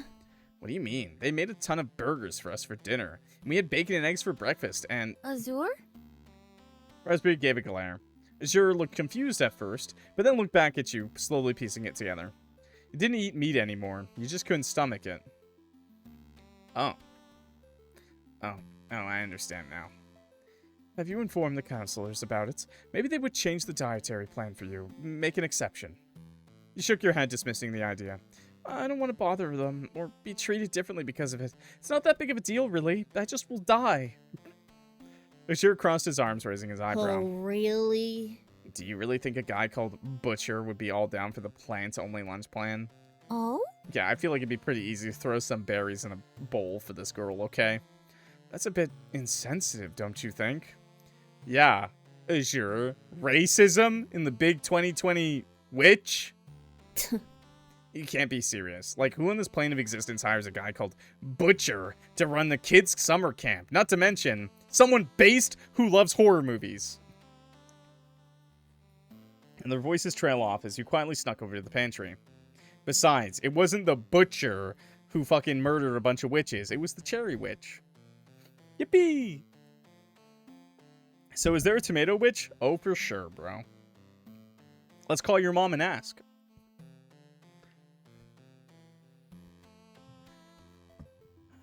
that was uncalled for. But I bet she's big, round, and red. I'm sorry. I'm gonna stop. You saw numerous canned goods, boxes, bottles, and other miscellaneous food items placed upon the shelves. There were sticky notes attached to a few of them. Oh, I like how you understood it after I made fun of her. Oh, my mom is big, round, and red. Thanks, Clock. No problem, homie. No problem. Knew it was because of some of the Guardians brought certain foods their kids liked, so the counselors tagged them with their names. Miss Inquiry made sure they had your comfort food stocked here too. You really missed her. You spotted your Detective Ducky fruit snacks at the top of the shelf, just barely out of your reach. You looked to see if there was anything you could use to reach them, but apart from a few flimsy barrels and bins, it didn't seem like your answer was in here. Stepped back out of the kitchen, Azure and Raspberry were still arguing, but evolved from questionable counselor positions to current fashion trends. They noticed you exiting out from the pantry. Is everything okay? Maybe. The snacks that I was going to get are on a high shelf that I can't reach. The two witches looked at each other, nodded, and looked back at you. We can do it. We'll help. Perhaps there's something around here that we could use to get to it safely. Yeah, we'd be jerks not to help our friend at least eat something when she's starving. Looking around the kitchen with your friends, you moved over various pots, pans, and brooms, jars, bottles, and dishes before you eventually scanned your eyes over to a glistening sparkle deep within the cabinet under the sink. You want fruit snacks. I'm not gonna lie, the last thing, if I was starving to death, the last thing I would want to eat is fruit snacks. I'm going to be so honest with you. Maybe later, but that's not exactly what I'm thinking that's going to make me feel better. And those packs are usually absolutely tiny and have like 5 little tiny snacks in them. You scurried over, and when you opened the wooden doors, you spotted a small silver button tucked away in the back. You reached out and pressed it. Gagunka, dunka chunka. All 3 of you spun around the loud metallic groans that emanated from it. The oven? Fuck. Fuck! All right. Language. Huh? Language! Guys. Raspberry. The loudest ass sound just exploded from beginners nowhere. Everyone in the entire camp is probably awake, and all you can worry about is language. Guys? Well, your yelling isn't making our situation any more discreet. Ugh. I'll show you discreet, you pedantic little... Guys! Oh my god, please tell me that's where the butcher sleeps. Raspberry and Azure both looked at you. The oncoming brawl that seemed to have been approaching now passed by. You marched toward the oven to see what could have possibly made such a huge commotion. You peered inside. Inside the oven seemed to be a tunnel underground. A metal ladder clung to its side, leading into its shadowy depths. Oh god. Never mind. The butcher is a butcher. No way. That's peculiar. Guys, I think we should leave. She's like, I've seen a secret entrance before, guys. It's never leading to anywhere good. That's hilarious. She's like, I know what this is going to lead into. I'm not dealing with this for a second time. You could feel it. That cold chill that could twist itself around your spine. You could taste the miasma in the air. That sick stench of suffering emanating from the entrance to what you could only assume to be a place you had no business going into. Yes, better to keep to ourselves and just continue looking for the stepladder. No, it's fine. We need to go. I'll be okay for another night. Yeah, you need to go. Wait a minute. Ishiro held up his hand to signal a stop. His expression was curious. I say we check it out. I don't get it. Are you insane? Now hold on, hear me out. We all agree that we can feel something is wrong with this camp. The Butcher Witch being our camp counselor. Raspberry rolled her eyes. Maybe. And for some reason there is a secret tunnel that leads to possibly horrors untold. We're the only ones who know about it, which means... Ashir grabbed a knife from one of the kitchen drawers and twirled it around in his hand. We're the only ones that can do something about it.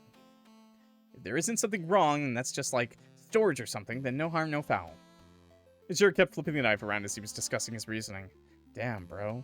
This really became the Blueberry Witch. Bro's like grabbing a knife and twirling it with his fingers. When have you ever seen a blueberry do that? Memories clawed themselves back into your head, and as you recalled your experience with your big sister. At least like paintball gun witch or something, I don't know. Dangerous traps, horrible machines, the sickly smell of iron and rot. All could be waiting down there. But what if someone needed help? I don't know what blueberries you're looking at, but I see them do it all the time. You know, in Canada, I just eat them, and sometimes they're sour, and I want to die. You remembered your mom. Your new mom, who came to your rescue, who saved you when you were in trouble. Not my sister? Not the one who, you know, no? Okay. If someone was down there and needed help, even if it was the slightest possibility, you were going to do what Mom would do. Let's go. Huh? Excuse me. Oh yeah, Big Strawberry, taking charge. I don't get it. Wait, don't say, ugh. Blueberries, they're like literally my favorite berry. As long as they're like not sour, which is like a 50-50 chance. I love blueberry flavored stuff, okay? Strawberries are really good too. Strawberries are usually always good. Like, to me, like strawberries are like second because they're never sour. So they're always pretty if anything, they're too sweet, strawberries. I used to eat blackberries by like the handful because I used to live outside of a house with a blackberry tree, like an umbrella tree, and it grew blackberries. They were great. Except my mom would get angry at me because my fingers would be black, and then when I was young, I didn't know they stained really bad, so I would touch my pants. In USA, they are tart if they're out of season. Oh, I think they're just like 50-50 chance. Like if you grew them long enough or not. Like I think it's just like a growth thing here in Canada. Like, because I've gone blueberry picking before, and usually it's like the small ones that are sour. Usually, it's like you picked it early or something. Are you sure? Considering what happened, oh, strawberries. I've never actually. I think I have gone strawberry picking, but they're usually always just like normal sized. So. If I want tart, we get, what is it, rhubarb? Is rhubarb the stuff that's really tart? I think it is. I don't want to leave if somebody might need help. We're the only ones who know about this right now. I can't help but at least check to see if everything's okay. I don't want people to go through that. Not anymore. She has, like, the most precious voice ever. I need to protect her. All right. And then push her downstairs. Just to see the sounds she would make. Like, I need to know both sides of the spectrum, you know? We would heal her, obviously. More power in numbers, right? Azure came in and pulled the two of you close in a hug. In-game, by the way, in-game. What would I do without my team? Oh? Team. Yeah, this makes us a team now. A team of daring, dashing adventurers. Nice. You made fun of us literally yesterday. Well, I'm trying to change my attitude. The ladder climb took a good 5 minutes to descend. Wherever this was, it was built so deep within the ground that no scream would ever be loud enough to be heard by those above. It's so damn dark down here. Careful, everyone. Oh? Can anyone see a light switch or a rune? You think with a place as old as this, there'd be a switch? Well, while the camp itself was built long ago, this place seems more recent in comparison. So if I just run my hands along the walls and find a... voila. A literal bunker. A shrill whine echoed the hall. Maybe it's just a nuclear bunker for the kids, you know, in case anything bad happens. A shrill whine echoed the halls, so much and so fast that it seemed to almost explode from critical mass, but just before, stabilized into a constant dull hum. This place looks unfinished. How'd they find my house? Oh my god, I'm gonna find Arcade Kitten! Finally, get back for all the time she killed me. Be careful and quiet. Leon Wabbits. Azure put his hand over his mouth to cover his snicker. Azure, take this seriously. You have a Snickers bar, bro? Oh, come on. Humor is a great tension breaker. You felt your legs getting heavier and heavier with each step. This place was reminiscent of Cherry's workshop. Less bloody, but the atmosphere felt the same. This was a home of malice, or at the very least, it was about to become one. Azure noticed your tension and hurried to your side. Strawberry? I can't. You would get doxxed on my stream, don't worry. He's still good. Yeah, I'm fine. If you think anything is about to go bad, we go back up, okay? You're technically the expert here. I've already thought that 5 times over. Huh? I'm the expert? I don't think I want to be the expert. The three of you advanced deeper into the facility in progress, constantly peering behind your backs. It felt like eyes were watching you, following you, from somewhere, maybe everywhere. Hey guys, look! Azure poked the intimidating metal door, revealing it to be slightly open.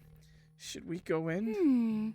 Well, to be frank, it seems everywhere else is either barred off or well hidden. I doubt our progress can advance further aside from this. I guess this is where we're going next, though, isn't it? Yeah, what Razzie said. Please don't call me that. You made your way into the next room. Lovely. Dink, dink. Huh? Guys, do you hear that? Dink. You turned to the source of the sound. The table in the middle of the room was making slow, quiet, but noticeable noises. Something was on it, but you couldn't quite make it out. You motioned with your hands for those to follow you, creeping in ever so gently towards the source of the small sounds. As you came closer, you saw a humanoid shape. Curiosity got the better of Azure, who didn't hesitate to press a small button on the side of the table. This moved the subject on the table to a more viewable position. Nice! Wow! We hit the bone zone! A puppet! Creepy. I love coloring this one. Making them look pearly was so fun. This? I like the colors, like the different like shadow colors, the outline. It's really cool. It could have been much worse.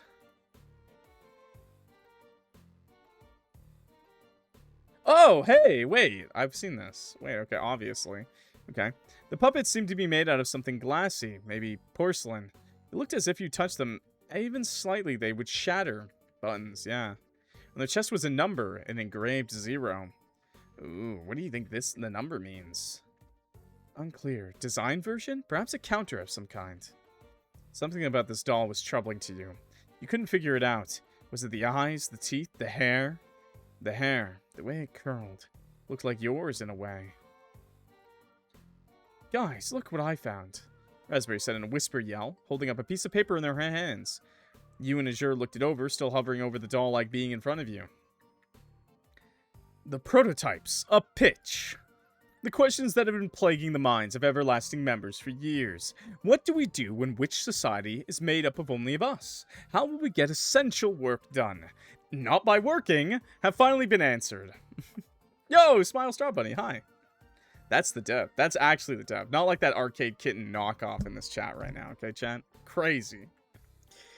Introducing my new prototypes. Beings completely incapable of using magic, fueled only by the minimal amount of essence necessary to function. These beings are perfectly moldable. You can make them however you like, and they'll follow suit. They're designed to follow orders and inclined to be most loyal to whoever gives them.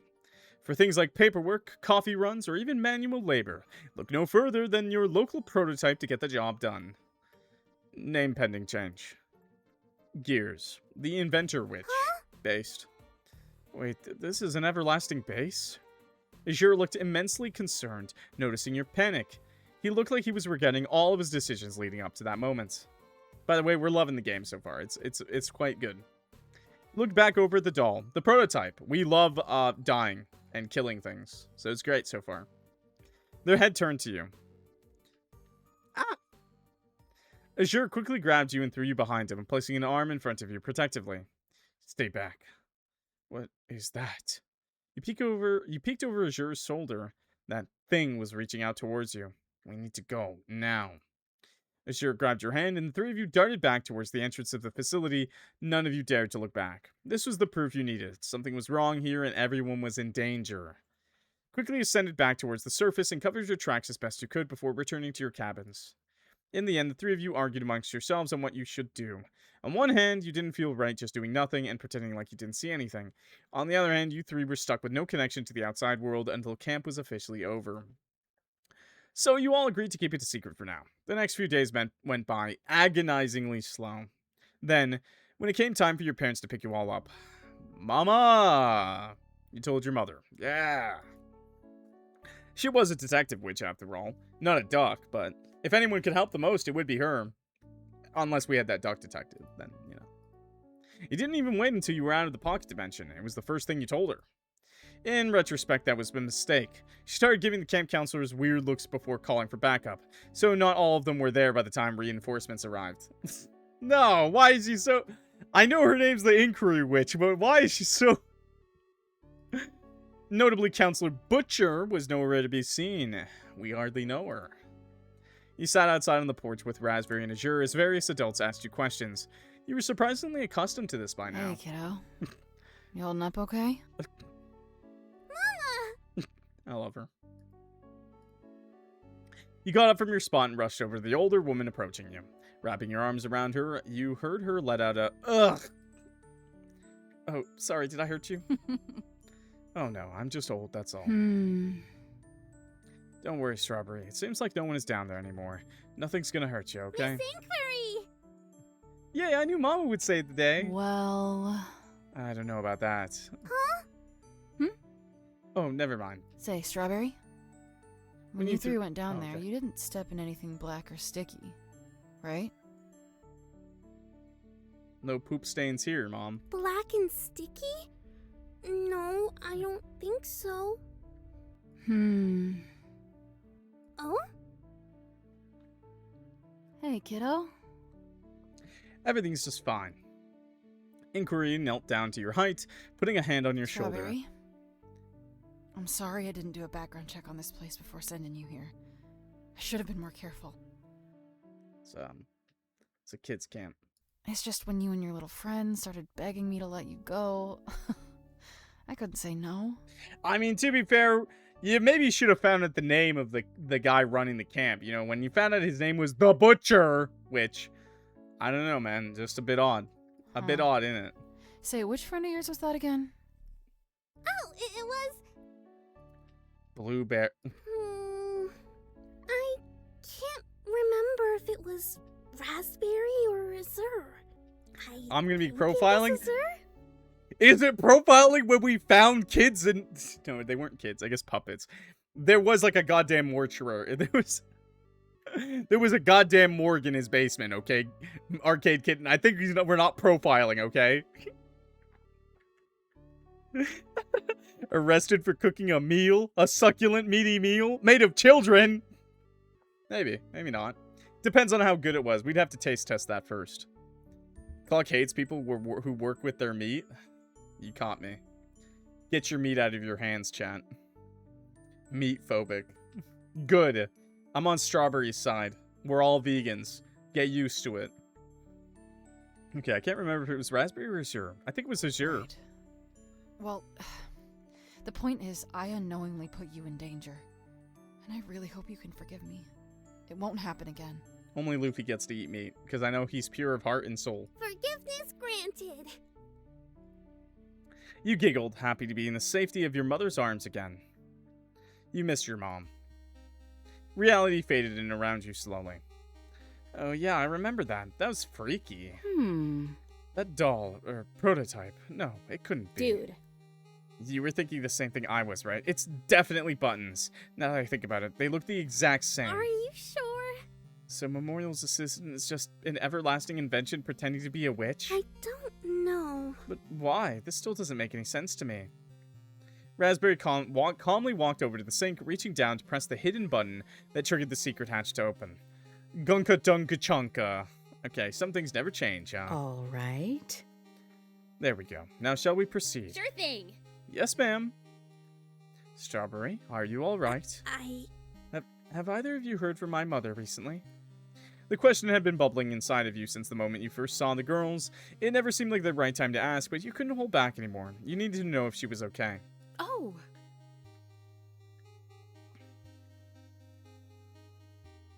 Miss Inquiry is perfectly fine.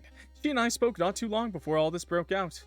In fact, when communication with you stopped, she made it her new life's mission to find a way to get to you. Oh, really?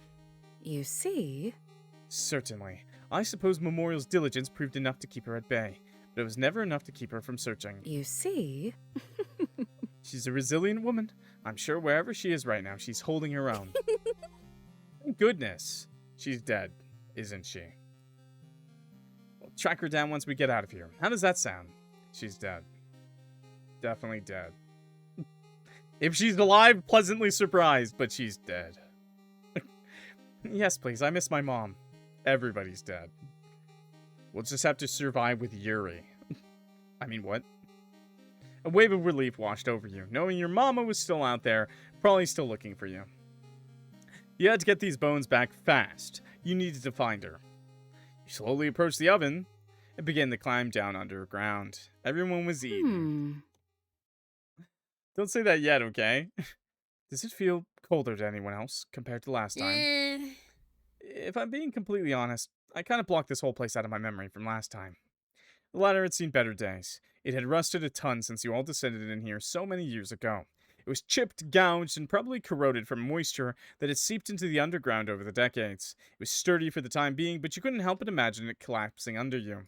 Make sure to go all out at the same time. I don't think we have much longer until we reach the bottom.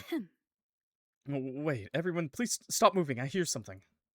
Raspberry spoke in a hushed whisper. I just saw a ladder. I hardly know her. Causing you and Blueberry to stop your climb. You could feel your hands sweating as you clung onto the ladder, looking down below as to what might have caused your friend's pause.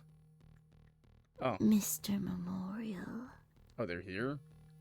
Are you sure this will work, sir? What's the matter? Tansy, relax. Sure, the whole plan with the pocket dimension didn't go as we had hoped, but we had a solid backup plan here. Huh? What's the plan again? Sir?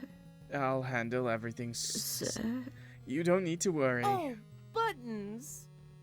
Add up. Oh, I didn't hit the strawberry. Damn. Wait, yes, I am. That reminds me. I'm worried about you. That reminds me. I see. Me? Hmm? You always look so anxious. Hmm? It pains me so. Hmm? Is there anything on your mind? Hmm? Or, well, Hmm?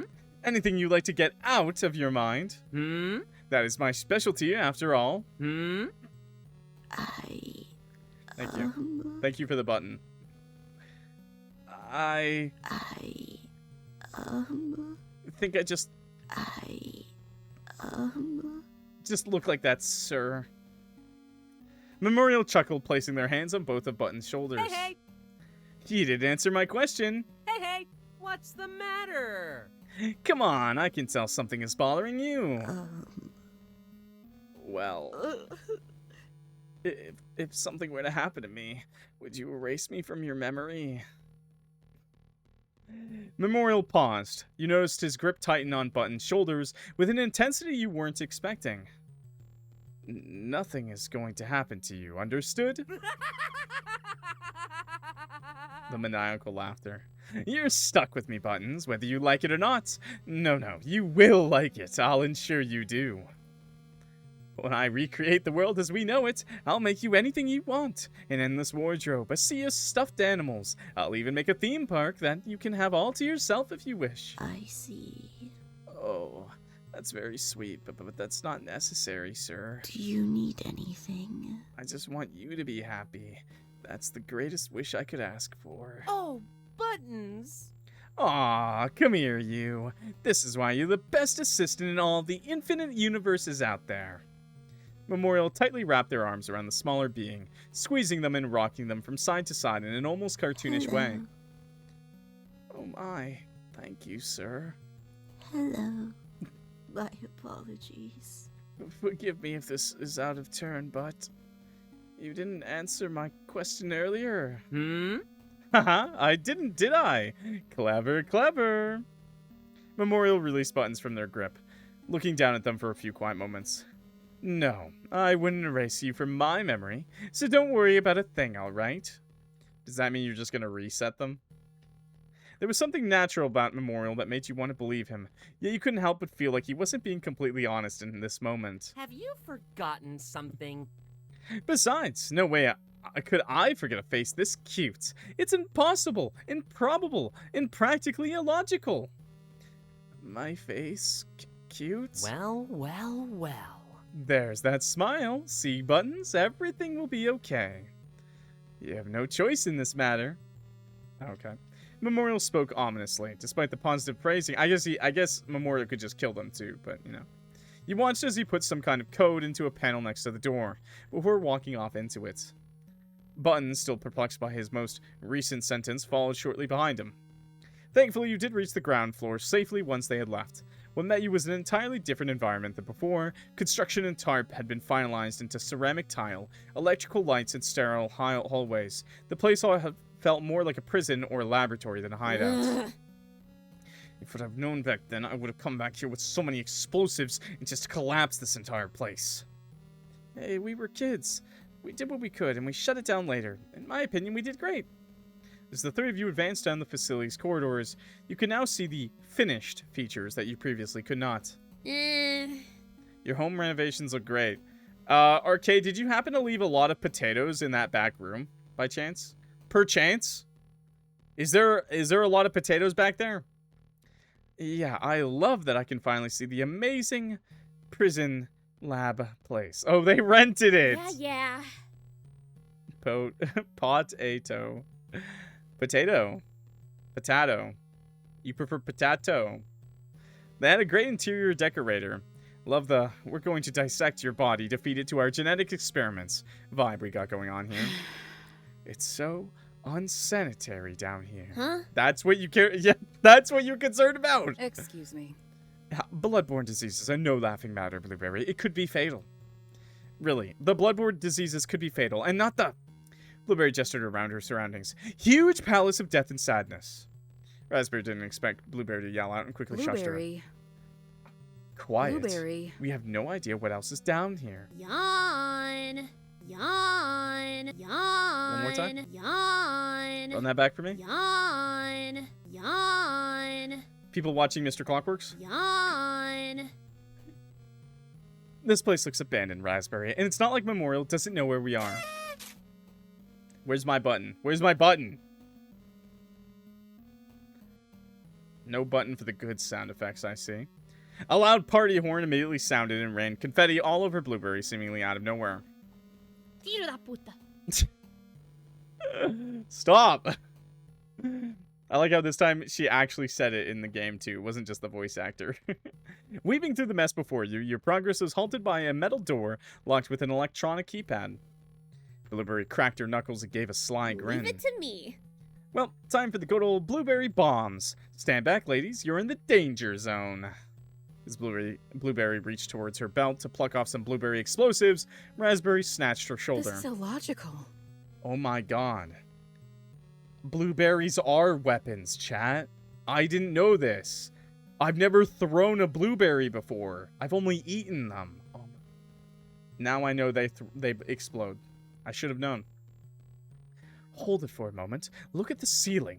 Raspberry pointed upwards to a huge cracks that line the ceiling.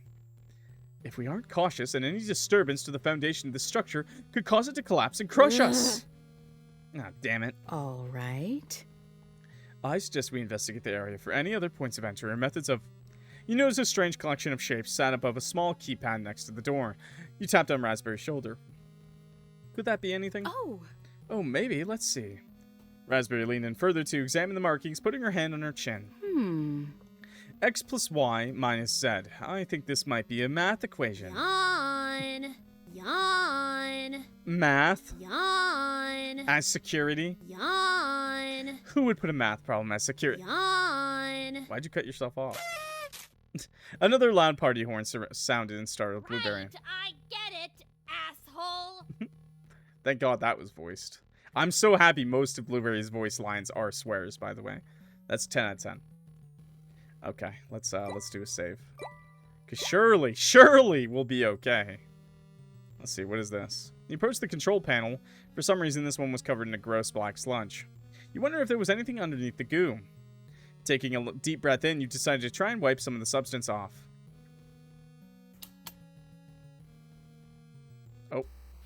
As you cleared the gunk off, you could hear a faint sound. You seem to have placed your hand on a hidden switch that was placed next to the clue. That was first try. Hello there. Your eyes widened and you turned around to warn your friends to be careful, but it was too late. Guys, I just hit something. I don't know what it was going to do, but...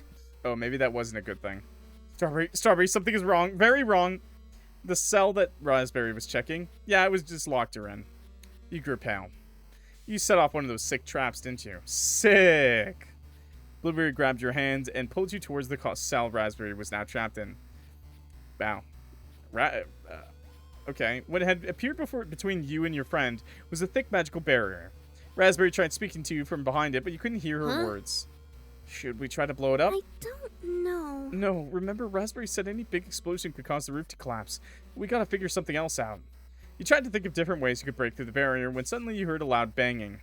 Raspberry was panicking and pointing upward. You stepped closer and put your head against the barrier to see. The roof of the cell was coming down. Fast. Blueberry, we've got to hurry. The ceiling is going to crush her. Are you kidding me? Blueberry came over to double check. She placed her hand against the magical field and Raspberry did the same. Don't worry, we're going to get you out of here, I swear. I don't think we are. Blueberry turned to face you. Oh, what are you thinking, Strawberry? Do you need anything? Maybe if we press the switch again, it would reverse? Worth a shot. Blueberry went over to the control panel and pressed down the button again. Nothing seemed to happen. You hear desperate banging from the cell. You rushed back to look and saw the trap hadn't stopped. If anything, it had only accelerated. Screw it, I'm blowing the thing open. Nice. What? No, that's going to... Nah, it's fine. I don't care. Either Raspberry comes with us or we don't go forward. Yeah, that's based.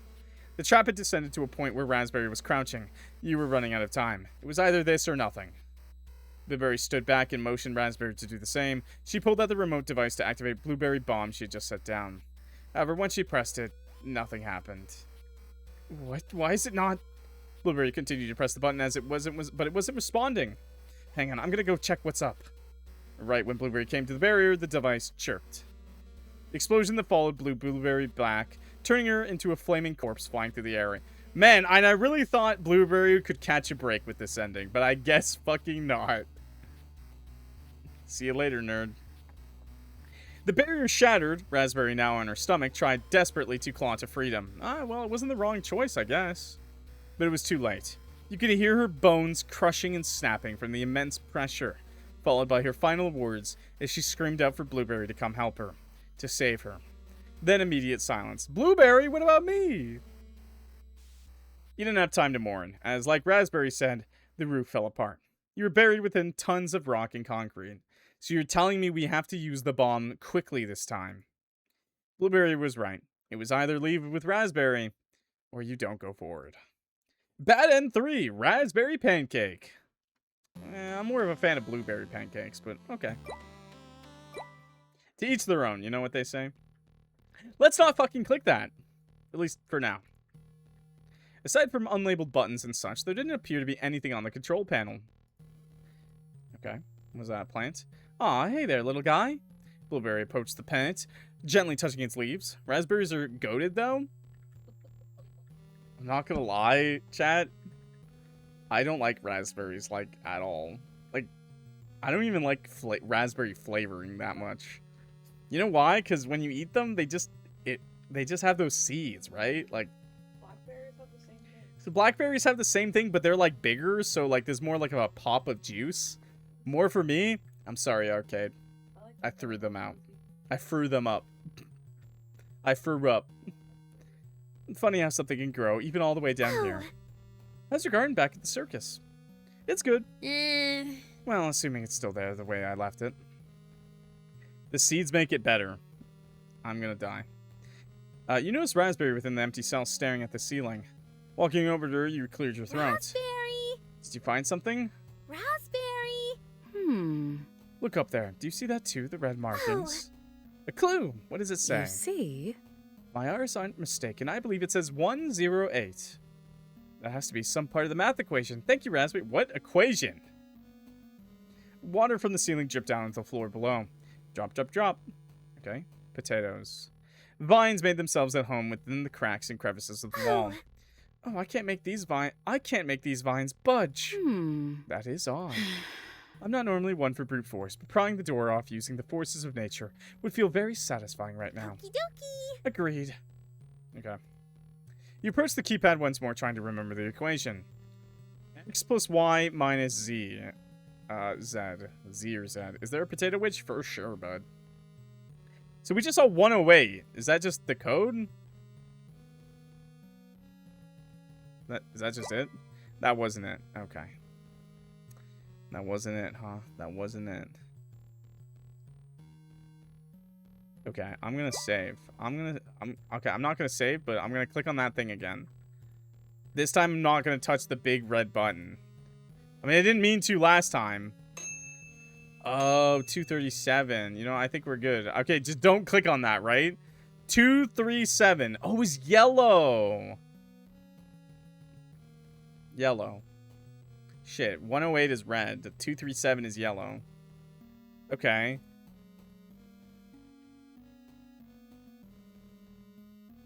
Shit, but what's this? Can someone write down red 108, yellow 237? Could you type that in the chat for me? No, I'm not cheating, okay?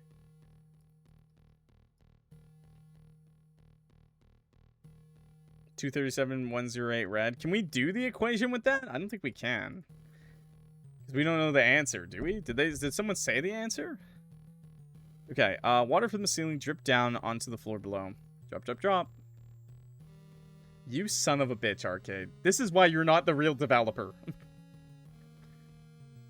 Nothing behind here. Or wait. No, never mind. It was just a bug. Can I get this one? Hey, Strawbee. Come here for a sec, would ya?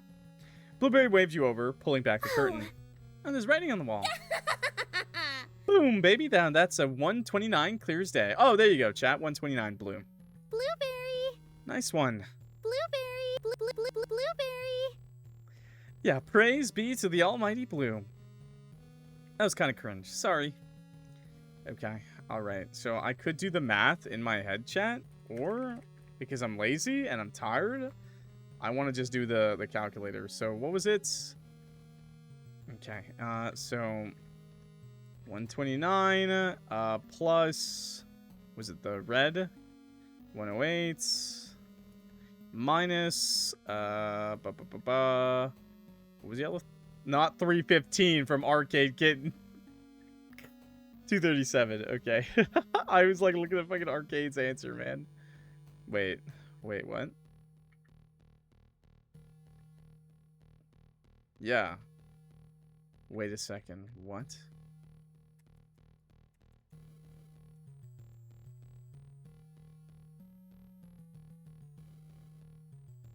What?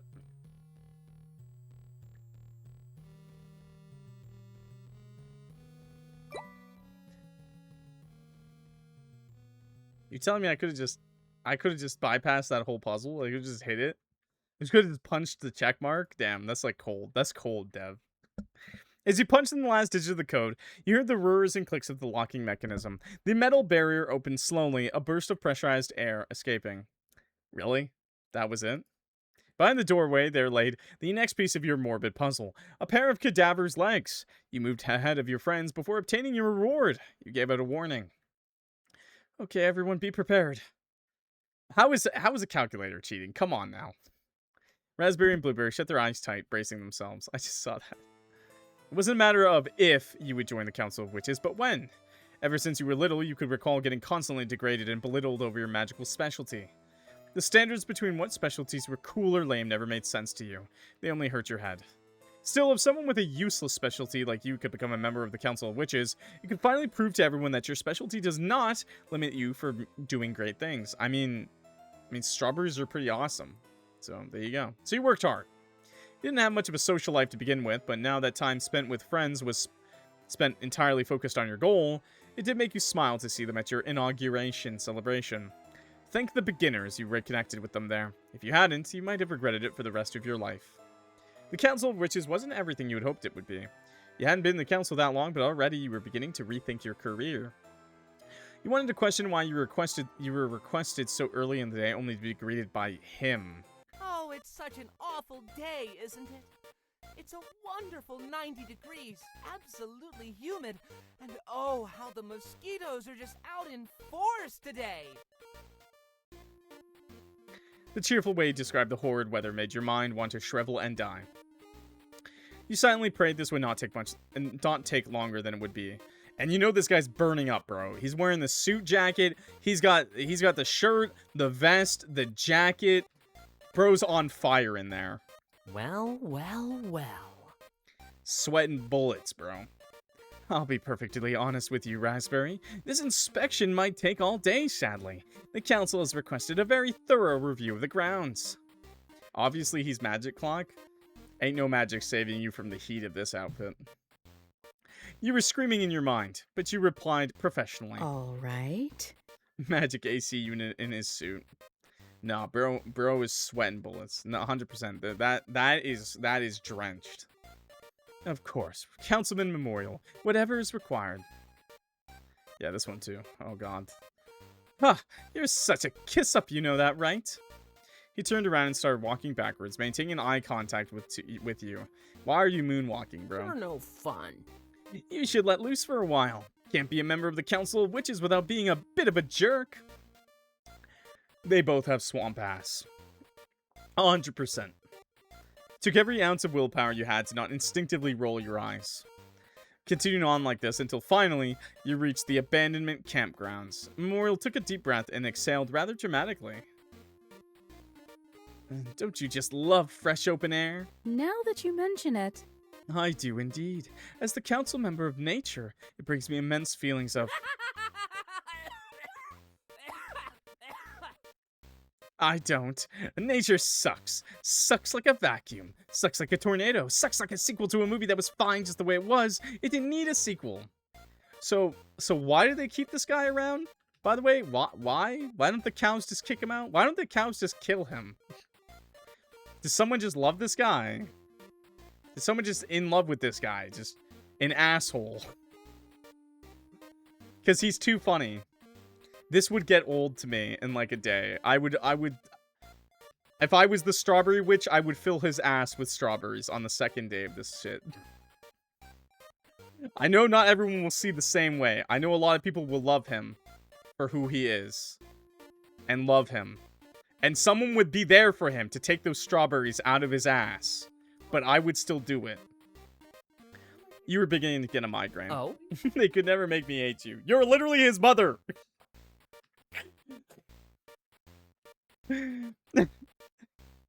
That's literally what you can't do.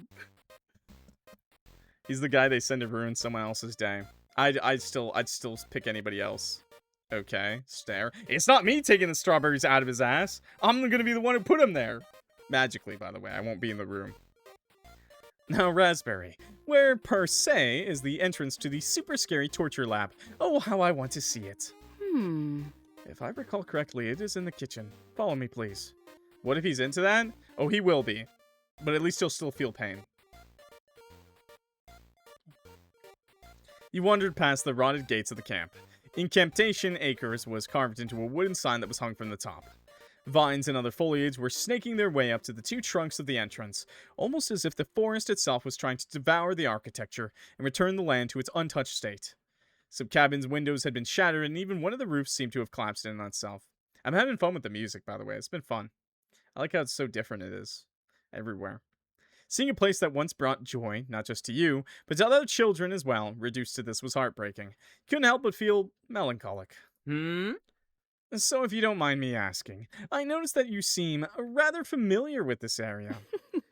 Yes, well, when I was younger, I was instrumental in the raid on this base. You laced a slight tone of pride in that remark. It was to you an accomplishment, even though at the time it was a harrowing experience. Oh, I thought Strawberry was here. This is Raspberry's memory. Oh, I thought Strawberry was just here. Okay, never mind. This makes more sense. As you entered the kitchen, you could see various vermin retreat back to hidden nests in cracks and crevices.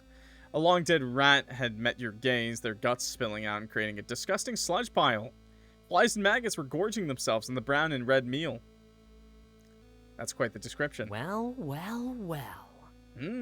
What a nice home-cooked meal. Just like Mama made 'em, wouldn't you say so as well? As he turned to you, you could see the flies buzzing into and around his mask. He didn't appear bothered in the slightest. Are you macking on flies right now, bro?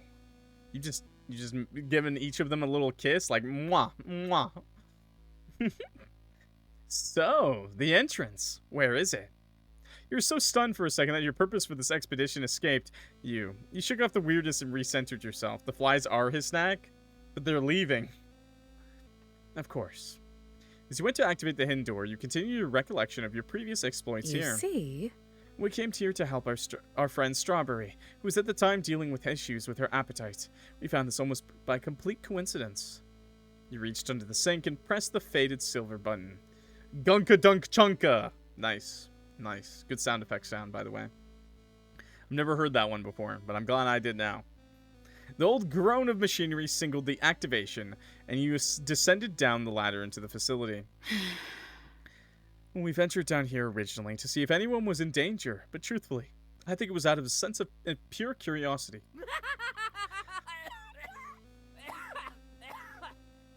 Curiosity kills the councilwoman. It's like you girls weren't killed, or worse, killed. Death. You return this unsettling joyfulness with an awkward laugh, continuing forward. Yes, well, we came down here. We didn't find much apart from a series of eerie life-sized dolls.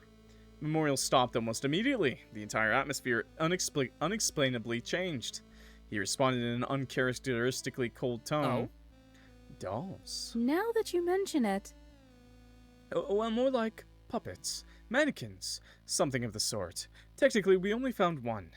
Memorial giggled once, then twice before he exploded into sinister hysterics. He spun around and lunged at you, grabbing your shoulder so hard it hurt. Mannequins, Harlequin, Palanquin. God, that doesn't rhyme. They should fix that in the next update. What are you talking about? Hey! I don't like you, Raspberry. You're not as fit as a fiddle, not as sharp as all of the other tools in the shed. Wow, rude. He let go of you and gestured wildly to the facility. Have you forgotten something? This whole facility cannot possibly go to waste. No, not for my grand plan, it's not. Murderers, dissidents, thieves, maybe a jaywalker or two if I'm feeling silly. All will come here. We'll reach into all of their chests and rip their beating cores out of their bodies. Are you implying you wish to make use out of this facility? Not just use it, choose it, fuse it, lose it, abuse it. What, you can't be serious? That's torture. Cruel. You're condemning so many people to an agonizing death. Memorial shrugged. Whoops. So what? A criminal is a criminal. The everlasting to do it to so many innocents, right? Why not match them? We're in a losing battle against those terrorists, so we have to send a message. A painful message. A scary message. A lovely little message confessing your undying love and devotion and... Oh, my beginners, did I not give them that? I sure hope I did. Memorial believes in the death penalty. Didn't you just hear him? It's torture. He doesn't want them to die. Memorial seemed to be thinking to himself, forgetting the horrible things he had just said moments before. So this is just okay? The cows are cool with this. I see why Blueberry calls them cows. He looked around the facility, then back at you. What were we talking about?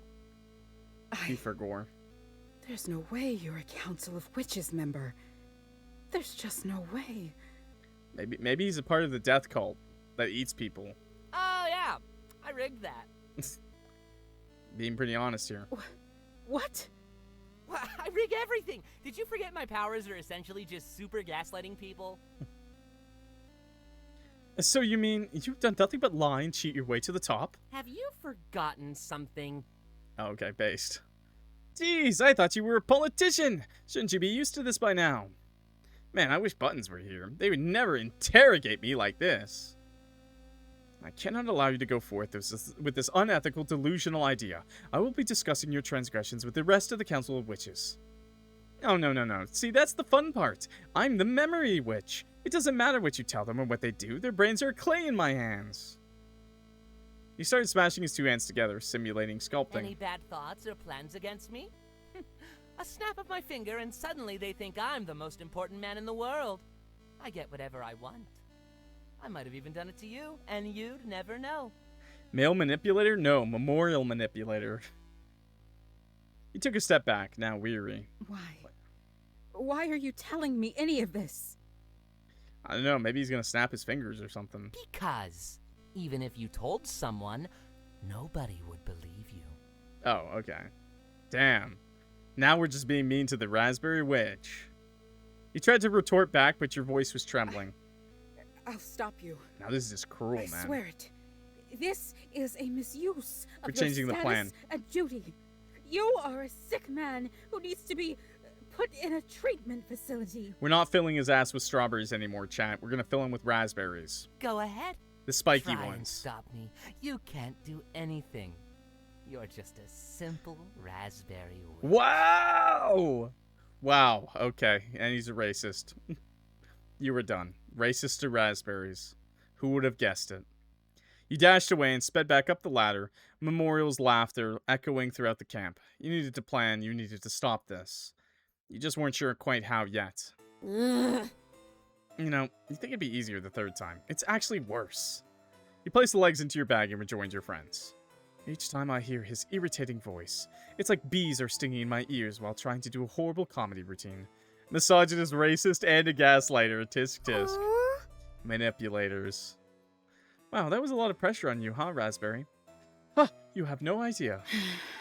Raspberry sighed, taking a second to sit down and lean against the wall. You stupid fruit. She was taking a break. You didn't blame her in the slightest. It's funny. No When happy you endings, center your chat. entire No life happy endings, around by the way. one singular But that goal, does mean maybe he'll have a it bad makes ending, you feel too. like you actually have a purpose.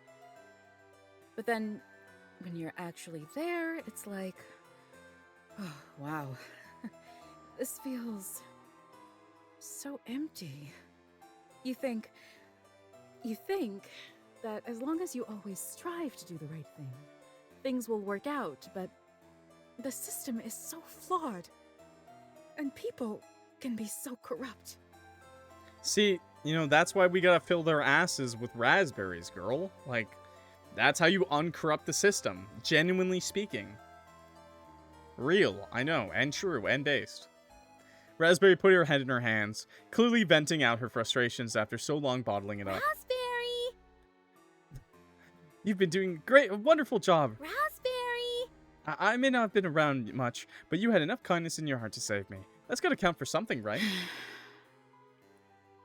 Did I, though? Huh? Yeah, like an hour ago. No, I mean, Strawberry, you spent so long alone, and... Your breath hitched as Raspberry shook her head, choosing to start a new sentence instead of fixing the old one. I wasn't there enough for you. Nor was I there enough for Blueberry. Strawberry, fighting for people like you to have a better standing in the world. Well, maybe in some ways you've been my main motivation to accomplish this dream. Blueberry, I can't be more proud to call you my friend. You're incredibly strong for everything you went through with your parents and your specialty. You see? It was your strength that made me realize just how important my dream really was. Heroes like us shouldn't have to be ashamed of ourselves. But I feel like I left you both behind. When the apocalypse broke out, I realized that I barely made a dent in the world. But I decided then and there if I was going to accomplish anything in my life, it would be to protect my friends from Memorial. Raspberry, you didn't leave us behind at all. We've always been there. Just in my pocket dimension, watching people suicide for 52 years. Sure thing. Yeah, are you kidding? We attended all of your debates, every ceremony, even those times you read books to kids at your parents' library. You're like the #1 Raspberry Dick Riders. Don't say that. You know Raspberry doesn't like those phrases. Yeah. Fine, sorry. We're the #1 Raspberry fans. Everything will be okay. No, I prefer Dick Riders. But even though you were busy a lot, we never held that against you. Yeah, we always thought what you were doing was cool as shit. You called me a nerd every time I made an achievement. That's how I show my love.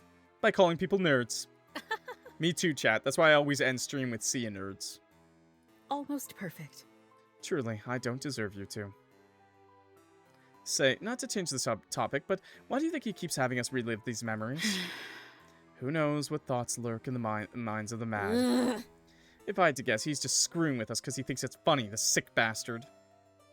Blueberry began cracking her knuckles. You're beating me to it. You're beating me to it, Arcade. I'll kick your ass! Which is why we need to go and knock his teeth out. You and Blueberry reached a hand out to Raspberry. She took both without hesitation, getting herself back up on her feet. Laciate Ogne Speranza Voix Chintrate? Raspberry? Sorry, what am I saying? Sorry, just speaking to myself. What language? The three of you descended deeper into the hideout. As the last of you went past the door frame, it closed behind you automatically. The three of you progressed forward, already weary for whatever tricks this room must hold. Lovely! You knew this room. This is where it happened, after all. You thought you would be prepared for anything, absolutely anything. That was until you caught a glimpse of a familiar green cloak. Raspberry placed an arm in front of you. She adjusted your glasses, squinting her eyes at the figure. Excuse me. Who are you? I'm not sensing any magic from your form. Huh? Do you think a human from SUI somehow got into this dimension? No. That's not them. You felt tears well up inside your eyes. Why? You took their bones, now you dress like them. My best friend. They're dead. You're just doing this to be cruel, but I don't understand why. Oh, that's because they're mean. Oh, this was a bad idea. No, is this buttons? I'm gonna save. The figure removed their cloak, revealing themselves to be the dress-up witch. You had countless unanswered questions about. Please don't cry, they're dressing up, Strawberry. you know? I still don't really understand what you're doing, or why, but please stop. You asshole, you made Strawberry cry. Kick your ass! I'm gonna flatten you like a pancake. A blueberry pancake. My apologies. Or like a button, I guess. You could also say flatten you like a button. I'm sorry. Buttons. The names are in our faces. They are quite literally there. I just, this plan made more sense in my mind. Now that you mention it. I don't mean to insinuate anything negative. Don't come off as rude, but do you even have one of those? Huh? The poor figure in front of you began to shrink into themselves, looking very self-conscious. I have a mind, I think. Ah. So they gave the prototypes a working minds. Interesting. Prototypes. Dude. This is like actually painful to watch. How could you? Took a few steps forward towards Buttons, practically seething with anger. You couldn't remember the last time you had gotten genuinely mad about something. No, miss. I didn't mean to upset you. They were all I had in that desolate place. The only thing that kept me together. They're the reason I'm still here, and you're parading around in their cloak. You can feel something building up something bad. Turn them into a strawberry.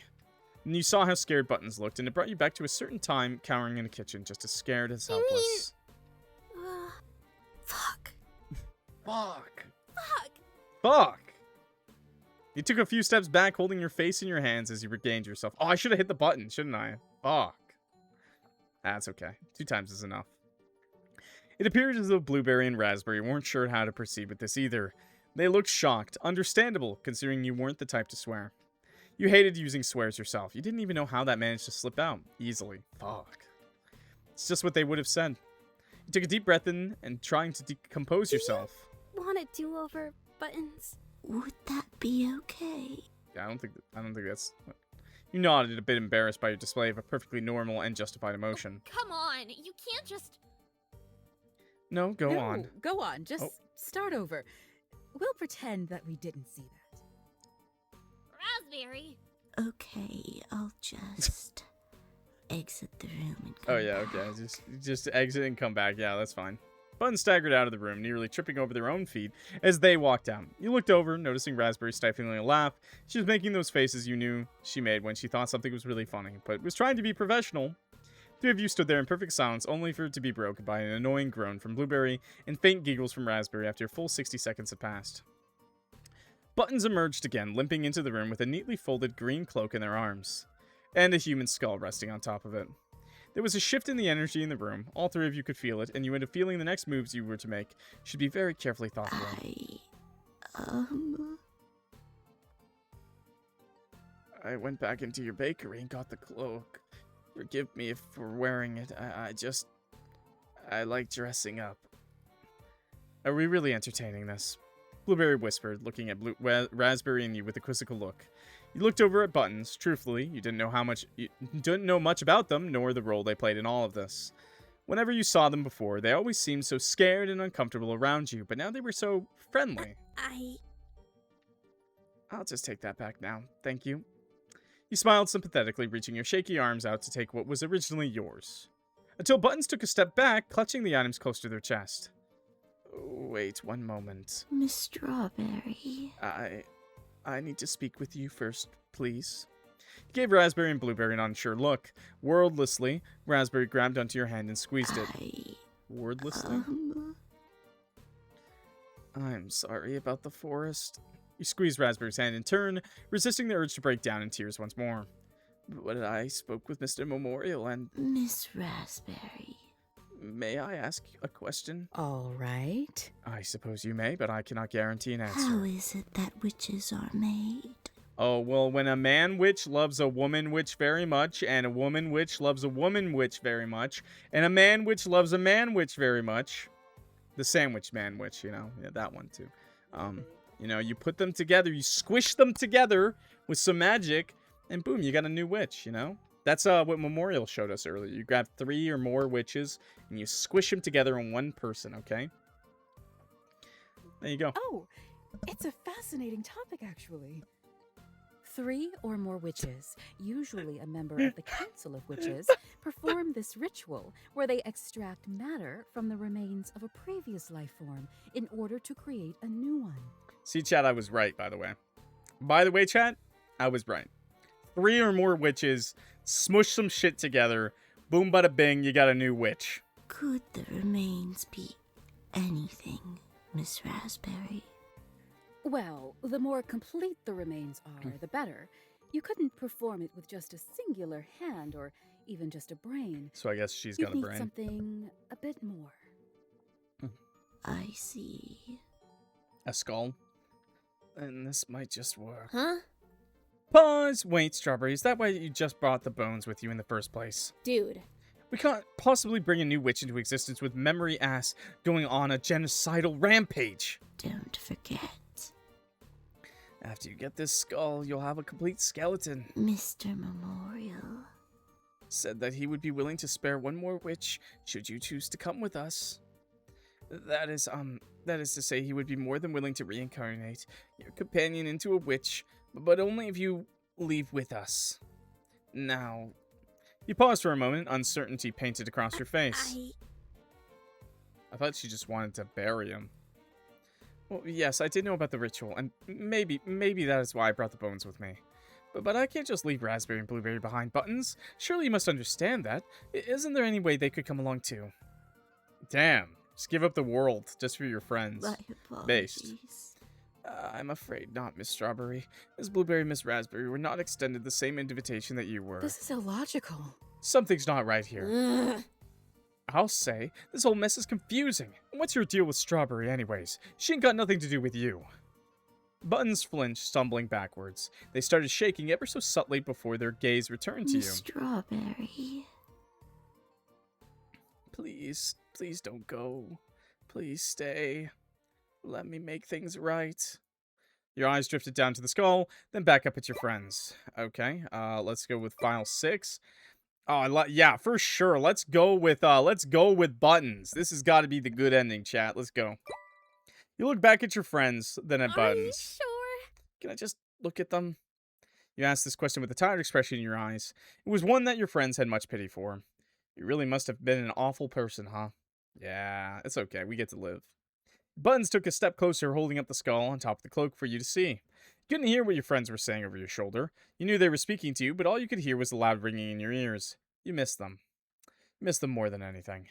Where were the others when you were all alone? Can't leave them alone, not after everything they did for you. Wordlessly, you looked up at Buttons and suddenly nodded at them. Buttons didn't seem to expect this answer from you, judging by their shocked expression. They grabbed your hand, dashing out the door while dragging you behind them. Hey, Strawberry! You heard your friends call out to you, but you kept running. They both were powerful witches, and you fully expected them to catch up with you. That was until Buttons pulled you off into a side room where you seemed to have lost them in the chase. It was dark, the only sounds being that of your own erratic breaths. Buttons, are you still here? Surely this goes well. Yep, looks like it's going to plan. Buttons, what are you doing in there? You felt something sharp stab you into your neck. 27 stab wounds. You couldn't breathe, choking on your own blood as you felt it pour out of you like waterfalls cascading down a mountain. Falling to your knees, you held onto your throat, desperate to stop the bleeding to save your own life.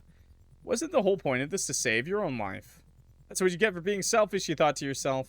You deserve this more than anyone. You collapsed onto the ground as the lights flickered, finally illuminating the room as the light into your eyes faded. Scissors! I am so sorry. Buttons! Please forgive me. It was the only way. It was the only way. Please don't hate me. I didn't want to do this. Oh, sure, buddy. That's what the Nazis said. But this plan, all of this, it's all Mr. Memorial cares about. I couldn't betray him. I couldn't let him down, not after everything he's done for me. Oh, that's what they said about Hitler too, buddy. You're going to hell. Sorry. You're going to hell, Buttons. I'm so sorry, Miss Strawberry. Bad End 4, Strawberry Puree. I think we need a few more stabs, but close enough, I guess. All right. Harvested another time. What was that? Ending 4, by the way? Stand by your friends. This is actually even more sad, to be honest. To be honest, I didn't think we'd die that fast in that ending. I thought we'd go for a little bit. I thought at least they would die or something first. But okay, horrible. Thank you for the offer, but I'm not abandoning my friends. That just wouldn't sit right with me. I see. Based. Pity. I wonder if they feel abandoned right now. Buttons held the skull up to their own head, inspecting it thoroughly. Please do not put that on. Guilt coursed through your veins. The last thing you wanted to think about right now was their death, yet you couldn't escape from it. I could survive being stabbed in the neck. I could survive 27 stab wounds. You failed them. You failed all of them. You were selfish, horribly selfish. That's enough. You were snapped out of your thoughts when you felt a gentle squeeze to your hand. This is illogical. This isn't adding up. This specific focus on Strawberry. What's the true reason for it? Yeah, I want to know that too. Yeah, me 3. That's Rick. It's a Detroit Become Human reference. It isn't like Memorial to not instantaneously take what he wants. Sure, he's the type to play with his food, but this is too strange, even for him. He's dancing around an issue. Miss Raspberry. I'm afraid I'm just as clueless as you, Miss Raspberry. I cannot possibly believe that to be true. Now that you mention it. Buttons, may I ask you a question? It's only fair considering you asked one of me, right? The smaller being simply nodded, clutching onto the skull anxiously. When Memorial threw Blueberry across the room earlier, he aimed for me, not Strawberry. When performing the interview, in fact, he primarily focused on Strawberry. He even implied he would spare her life. That seems rather contradictory to his plan, wouldn't you agree? No, I don't think he'll spare our life. Is that your question? No, I'm not finished talking. You see? If Memorial was truly dead set on eliminating every witch in existence, then he would want Strawberry dead just as badly. But he can't kill her, can he? That's why he sent her to that suicide forest pocket dimension and locked her inside. Why else would you send someone to SUI, unless you wanted them to end their own life? Huh? That's why he's been putting us through this big, elaborate game. He mustn't be able to kill her. It's the only explanation. It's kind of odd considering Buttons just, like, stabbed me, like, 1,000,000 times, but okay. Wait, holy shit, that actually explains a lot. No, it doesn't, actually, because Buttons just stabbed me, like, a second ago. Please don't do that. Now, let's not jump to conclusions. Miss Strawberry and him have no connection. It wouldn't make sense for him to be physically unable to cause her harm. He can't, Buttons can. But he could just tell Button to kill her right now. That we know of. Huh? You see? His powers are quite literally manipulating memories. I wouldn't put it past him in the slightest to cover it up. It's like Harry Potter rules. Voldemort can't, but Dobby can.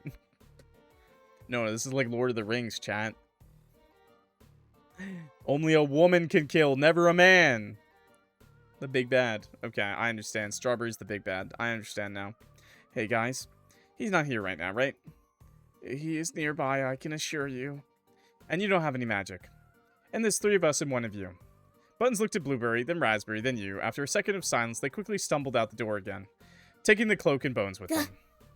Hey, get back here! Why don't we just, like, kick his ass? Kick their ass. Blueberry shouted, running after them at top speed. It took mere seconds for her to catch up, quickly pinning them to the floor. You and Raspberry quickly followed behind her, surrounding the pinned-down being with varying expressions, all of them some form of upset. I've been wanting to do this whole damn time. No, not the face, please. Give us the skull and I'll think about sparing you. Here, take it. It's yours. Just please don't hurt me. Buttons tossed the skull across the room, which caused you to immediately rush to grab it. Isn't that gonna give us that, like, memory issue? Sliding across the floor, you hesitated as you looked at it. I've got a bone to pick with you, dress-up witch. You think that just because you act all scared that we're gonna forgive you working for a genocidal maniac? I see through you. It's nothing more than an act, huh? Just as fake as this. Blueberry gripped her fingers around Button's mask, beginning to pry it off of them. Stupid mask. They ripped the tragedy mask away from their face, breaking it into tiny pieces on the floor the very second you grabbed hold of the skull. Ah, come on, man. Memory time. Okay. Gears. You can't keep coddling them, Miss Bakersfield. Gears is so cool. Cherry pie. It's just some slices of pie. I don't see what the big problem is. Oh, I'm sorry. What was the log?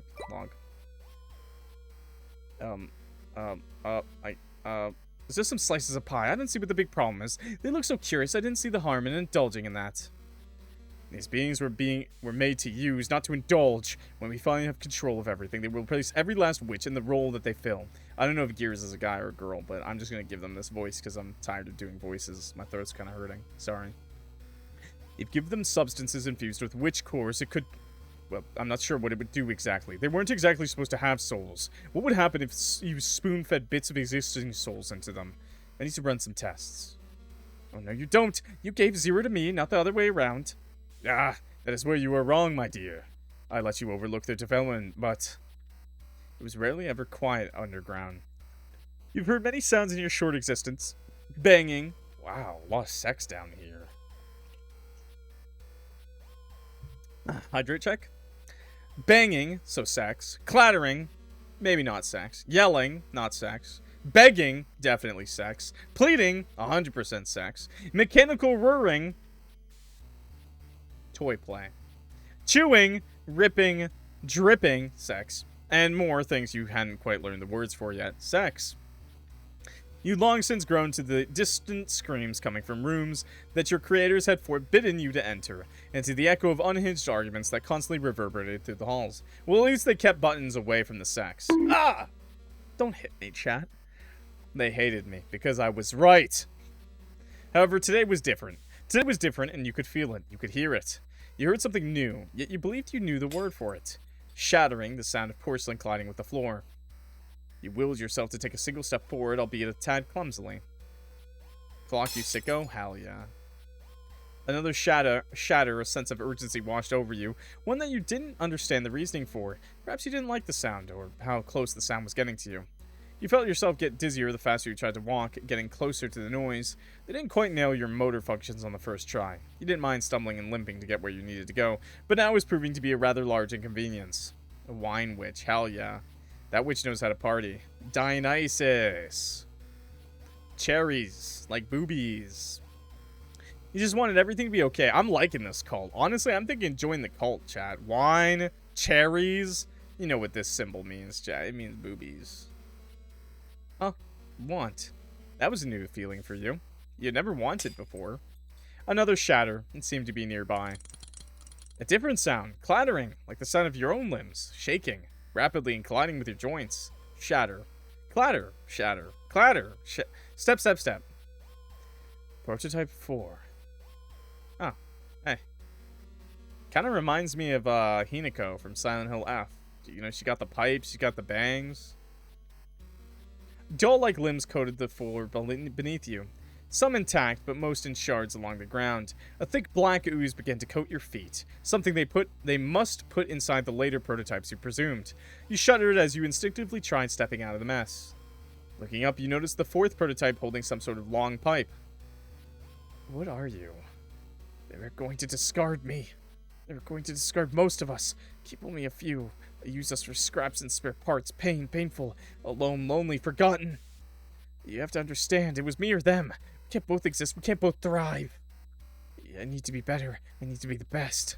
The clattering returned, but now you had the visuals to recognize the source of the sound. Poor was shaking. It's either me or you. Ow!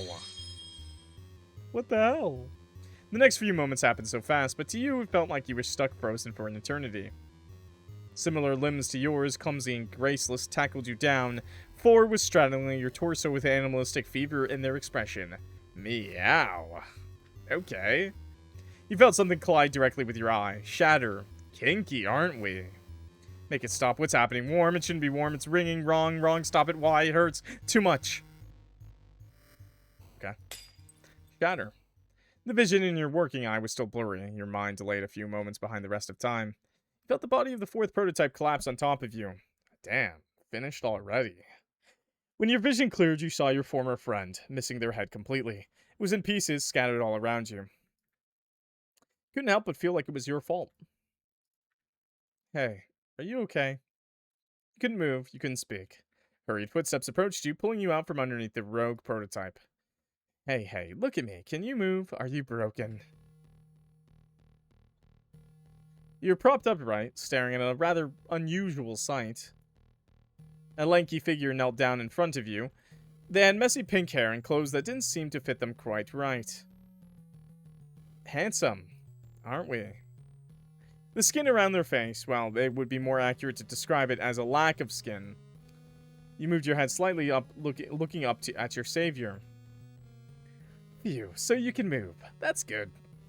Well, I think I landed on the name Memorial. Better than Brainy or Memoriam. You're Zero, right? Cherry told me about you. At least I think she did. Heh, my brains have been a bit scattered as of late. I'm sure you must know how that feels, huh? You opened your mouth, but no words came out. Ah, gee, look at the mess they made. This isn't looking too good. Knowing Gears, he's not going to be happy. Gears, your creator, the inventor witch. Shit, this isn't just a pickle, it's a whole broken pickle jar. Multicolored pickles, pickles with spots, pickles with stripes, all sorts of pickled mayhem. That didn't make a lot of sense, did it? I really am losing my mind using these powers so much, aren't I? Thank you. Something about Memorial's face seemed to soften for a second, although it was a tad hard to tell given the lack of expressive features. Ah, well, maybe we can't let anything bad happen to you now, can we? No, you didn't deserve this. Don't worry, I'll come up with something. If they see that you're the last one standing, you'll surely be blamed for the carnage. Carnage was a new word for you. The immediate word association ran rapidly through your mind. Carnage. Clatter or shatter? Shatter. You stared down at your hands, your eye wandering towards the bodies on the floor. Panic flooded your mind as the sounds seemed to repeat themselves, getting louder and louder until they were deafening. For the first time in your existence, you felt your body begin to overheat. You didn't know you were even capable of that. It was an unsettling warmth. It felt wrong. You felt wrong, unable to regain control. Hey, stay with me, Zero. You tried to force your vision to focus back on the one speaking to you, but it felt impossible when the world seemed to be blacking out on you. Couldn't Memorial just be like, hey, I saw what happened? No, I guess not. It's okay. I'm going to make all of this go away, alright? Even manipulating the goddamn puppets. Go away? How? Well, let's just say hypothetically you got the ability to turn into a witch, like Cherry or Butcher. You would have a theme, for lack of better words. What would you want yours to be? Want? I'm not supposed to want. I never wanted, at least not until today. Oh, and what is it that you wanted? I just want to forget about this all. You know, Zero, I think we might be able to help each other out here. My powers, I'm still getting used to them, but I think they might just do the trick. I can manipulate memories. I can make people forget, make people remember. I can change their memories to something horrible if I wanted to, and they would believe it to be an undeniable fact. However, I can't seem to get myself to forget something that has happened to me. No matter how hard I try, it always slips through the cracks of my magic. But if I were to transfer that memory, it just might work. I could do this for you too. I'll hold on to your memory, and you'll never have any recollection that this event even occurred. In exchange, you'll hold some memories of mine. We'll keep them safe, especially from each other. How? With these. Oh, good. You looked down and saw two masks being held out towards you, one happy and one sad. I'll put our memories into these masks, and we'll wear them at all times to keep them safe. They'll also serve to hide your identity. You won't be a prototype anymore. You'll have to pretend to be a witch for this plan to work. What do you say? You can pick what kind of witch you want to be. I'll even help you fake your powers if I have to. You thought to yourself, what would you want to be outside of what you were made to do? You tried to recall the happiest moments of your existence. You saw inside your mind's eye Cherry Pie. She had her closet open, and there were clips in her hair and your hair. She put you in a variety of outfits that day, all the while complimenting you. It was the first time you had received a compliment without doing anything to achieve it. You quite liked that feeling. You wouldn't mind feeling that way all the time. I like dressing up. Memorial seemed to chuckle a bit, as if this was a response they hadn't foreseen. Well, you'll be the greatest dress-up witch the world has ever seen. We'll get all sorts of outfits for you. You'll be as cute as a button. Something about this voice coming out of this face is just really funny to me. Button? Button? Hey, that wouldn't be a bad witch name. Buttons. It's so cute. I like it. I too like dressing up. You know what, Buttons? I think we could be friends. What do you say, Buttons? Are you in? Damn, just named her. Right, I named them right there. Named them right there. Them? I think it's them. I guess they're a robot, so. With a blinding glow, the mask's memorial it began to float in front of you. Extending from the top of your hero's head, a pink ball of light emerged. It sunk into the frowny face mask, which hovered closer and closer to you. You reached out and touched the mask. Handing the magical hair drying device to your girlfriend, you chuckled.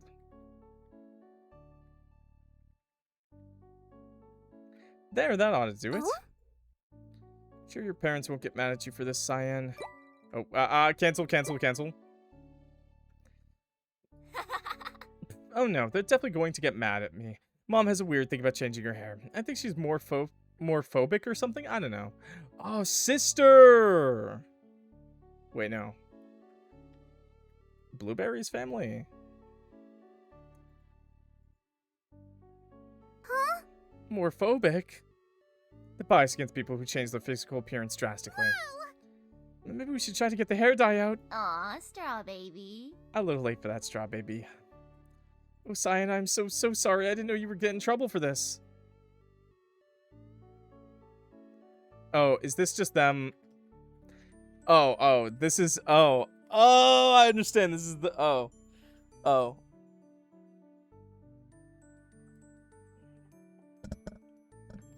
This is before Blueberry. This is before Blueberry, but after Azure? Is that it? Dude, it's okay. They won't be getting mad at you. I really wanted to do this, okay? If I didn't really want this, I wouldn't have asked you for your help. Okay, I know how difficult family stuff can get sometimes, so if you ever need anything, I'm always here for you, you know? Oh, Strawberry. My parents are just grumpy old coots. I can handle them. They're not like, well, they're not like your sister. Kind of weird to bring up. You saw Strawberry look down at the floor, causing you to instantaneously regret ever bringing her up in the first place. Hey! Shit. Hey, you okay? I'm sorry, I didn't mean to. Maybe. You sure your parents won't go too crazy? I don't want you to get hurt. Huh? Hurt? Are you scared Cherry's going to hurt you? Huh? Strawberry, here. Give me your pinky. You extended your own pinky finger out towards her. You know how magical promises work, right? We're going to make one. Okay. But those are for serious things. They're unbreakable. And I am taking this seriously. Come on, give me your pinky.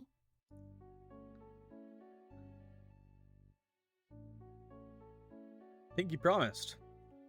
You watch the anxious girl hesitantly extend her pinky finger out to you as well. You interlocked your fingers, probably ready to make a magical promise.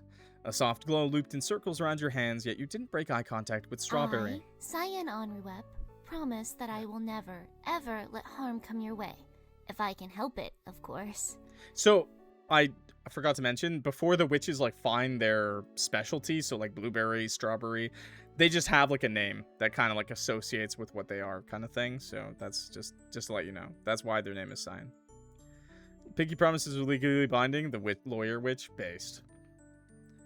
You know, they had that, actually. Some guy bet his house, and they did it on, like, they did it on, like, in person, through, like, a pinky promise over, like, a game of, like, I think it was, like, a literal game of, rock, paper, scissors, and the guy lost, and the lawyers were like, you have to do it. You have to give up your house. You lost, bro. Yo, hi, Untame, what's up?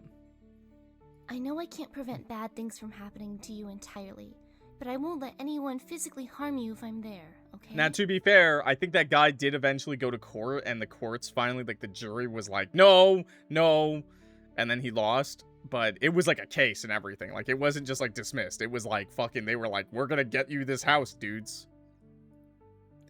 You can't just make a magical promise like that. Those are permanent. Raspberry said something awful happens if you break those. It has to, like, taken to court, and, like, a jury can, like, decide. The glow between your hands faded, your own smile widening. Also, it depends on where you live, right? Well, too bad, I just did. Seriously, I'm not gonna let anyone hurt you, so no need to worry, okay? Aw, straw baby. Come on now, lighten up. Where's that cheerful girl I fell so hard for? Hey, yo! What do you say we go and show Raspberry, yeah? You just eternally bonded your soul to hers with the same cadence you would use picking a favorite cereal. Probably fueled by the same impulsivity that caused you to steal your counsel's hair dye in the first place. I don't think that's copium, bro. Still, you provided Strawberry with a sense of guaranteed safety that caused her shoulders to loosen up. She seemed anxious, sure, but significantly less tense than before. A smile started to form on that face you adored so much. Yeah, she's gonna love it. I do admit pink looks so good on you. You're so pretty, Cyan. Cyan? Daw, you. You're so cute. Come on, let's go. Hee. Tee. More memories. Hand in hand, the two of you made your way out in front of the cabins. Fairly quickly, you spotted your friend Raspberry. Wait. Never mind. Cyan is a sister. Never mind. I thought Cyan was just like it was like a time skip, like a middle part. Okay. Ugh. And your older brother. You were not looking forward to his reaction. Hi. Raspberry, sure. Look what we did. Oh, hello, you two. Oh my beginners. What did you do to your hair, Cyan? I mean, it looks lovely, but now they have the same last name. Yep. Yeah, they do have the same. I mean, I I just thought they were trans. I thought they were like trans before, like they were blueberry, like so I thought maybe that was like their name, Cyan, like their transition name, I guess. And then, but no, I'm wrong. I'm just completely wrong. Huh? God, Cyan, what in the world were you thinking? I thought it would look cool, so I did it. I thought Azure was okay. I misunderstood a situation. Okay. Where did you get hair dye? Please tell me that's not permanent. Stole it from a counselor. It's super mega ultra permanent. Oh, really? Mom is gonna kill you, skin you alive, and eat you for breakfast. You know how she feels about this stuff. Hey! Blueberry's boobs, though.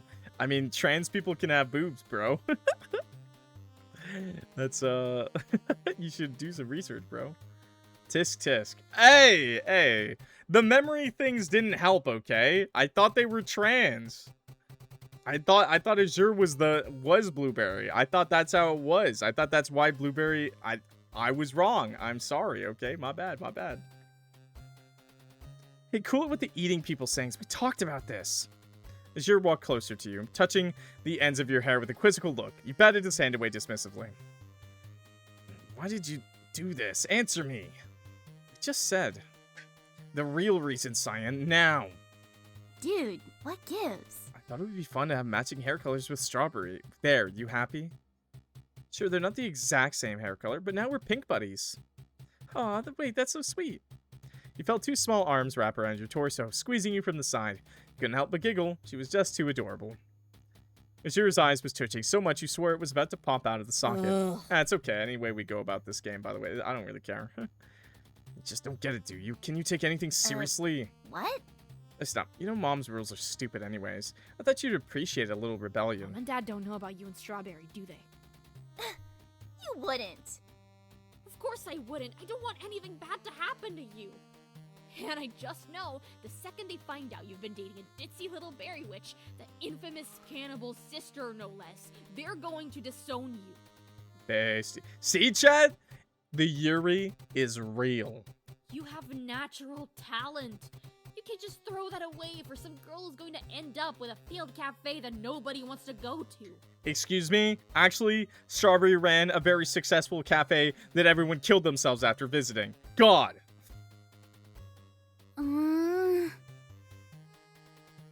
Sure. Hey! You can berate me all you want. I'm more than used to it. But the second you bring my girlfriend into things, we're gonna have a problem. Dude, what gives? I thought you liked Strawberry. Wait, I do. It's just that, you know what? That's what Dad would say. Exactly, that's what Dad would say. I expected better from you. You're just as bad as they are. But what if? But what if you weren't such an asshole? You two, careful now. This doesn't involve Catherine you. was so good, people were dying to go. You know, maybe she needed to wash her hands more often. I don't know what to say, because a lot of them seem to die right after. This doesn't involve you. Raspberry took a step back, sighing as she pulled Strawberry back with her. You really want to go there, huh? Well, I'll go farther than there. You, me, witch duel now. Oh, death! Death! Death! Kill! Raspberry, you moderate. What happened to this not... Oh, you moderate. What happened to this not involving me? Raspberry, you moderate, please. All right. All right. Wait, guys, I really don't think this is necessary. I don't want either of you to get hurt. I really don't like violence, especially between two people I care about. You're so cute. It's okay. We do this thing all the kind of thing all the time. We train together daily, remember? It's just a bit further than that. I need to teach that asshole a lesson. You and your brother turned your backs towards each other, taking 10 paces away from the other. Right. One round, the aim is to disarm or knock down, not to kill. Hitting any buildings or passerbys will get you disqualified. Disqualified from what? From winning, Strawberry. Oh, okay. Choose your weapons. You search deep within yourself, trying to remember the summoning magic your parents taught you. It's been a while. You and Azure hadn't trained like this since before camp. This wasn't training this time, was it? You cycle through your options. No, the knife is too small. A bow would be hard to navigate if Azure chose a close-ranged weapon. You picked your scythe, giving it a twirl as it magically appeared in a burst of light. Man, why is it always scythes, man? It's always the character with the pink or purple. They're like, I'm gonna have a fucking scythe, man. That's a good weapon. That's a farmer's tool, bro.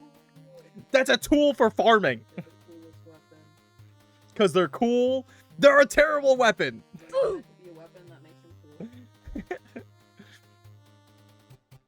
Too much openings. Behind you, you heard Azure summon his own weapon. Bet. I love scythes. I know, everyone always thinks they're like the most badass thing ever, bro. And I'm always just like... You know what, though? I will say the double-sided scythe is a pretty badass weapon. Whenever I see a double-sided scythe, I'm like, that's fucking cool, man. Ready, set...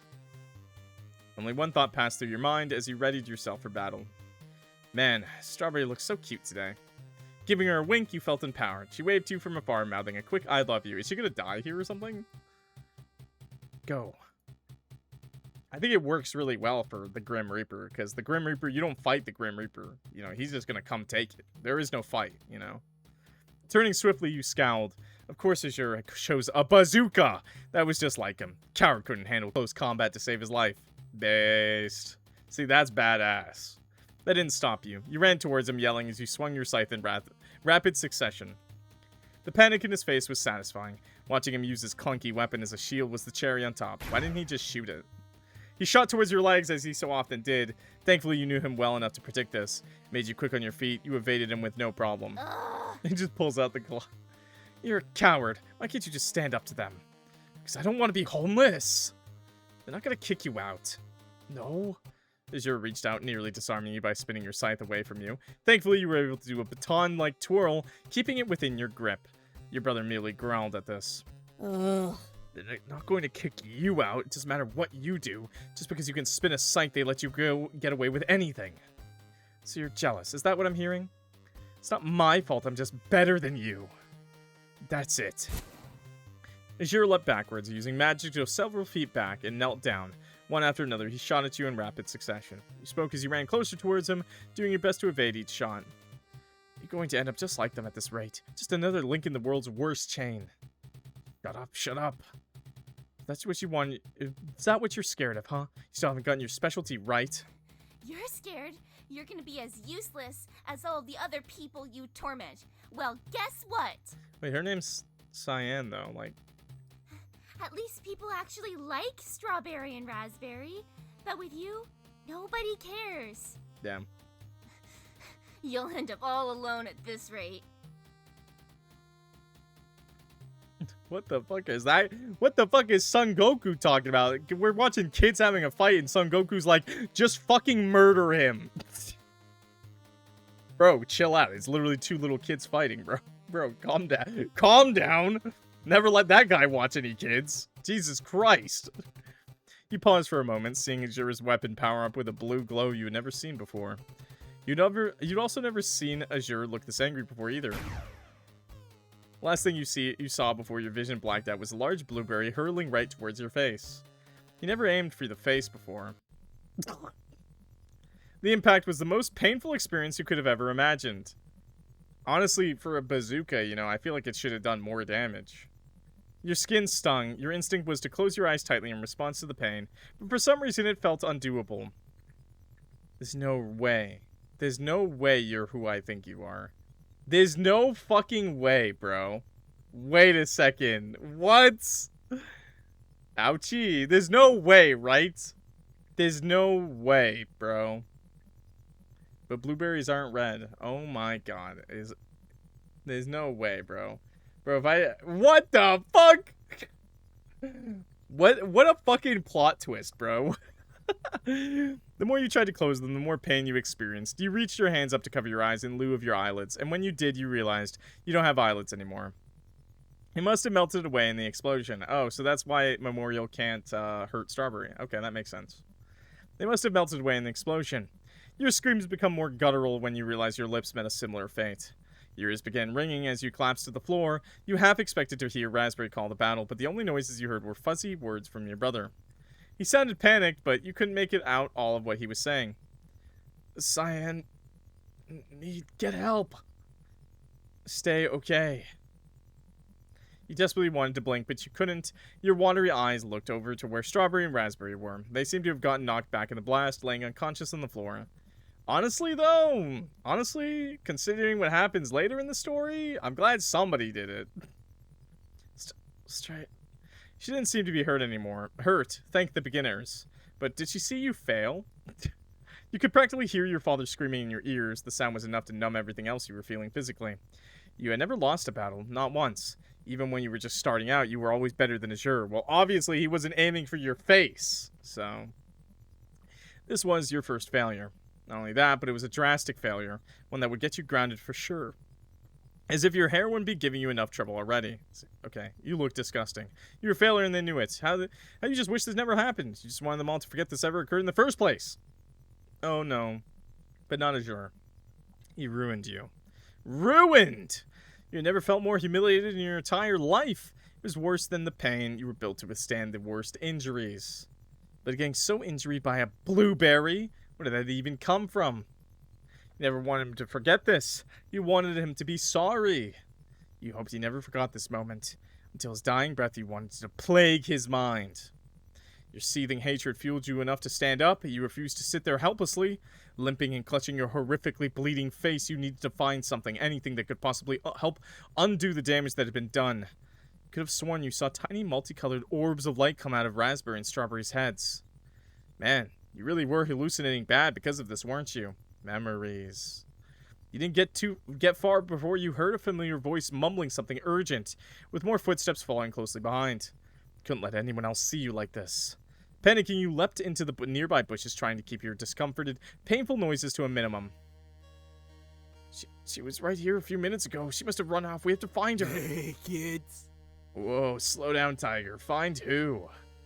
My sister. She's all alone. We need to find her. Oh? Did one of the other kids give you some kind of potion or something? You don't have a sister enrolled in this camp, kid. I think I would have remembered that. Already manipulated. What are you talking about? Stop this nonsense and help me, damn it. Come on now. Language. What happened? You looked over, seeing Strawberry slowly get off of the ground. Raspberry! Are you okay? Your girlfriend ran over, helping your friend off the floor. Yes, I'm quite alright. But I must admit, I can't seem to recall what happened. Guys, have either of you seen Cyan? Huh? Who? I guess Cyan remembered. The one man she didn't want to help her was the Meat Man. I think the Meat Man's gonna find him. Hey, I know I messed up, and I'm really sorry, but this isn't funny. What are you talking about? Last thing I remembered, you and I were talking, then Strawberry ran up to us. Whoa! I don't even remember that. Oh?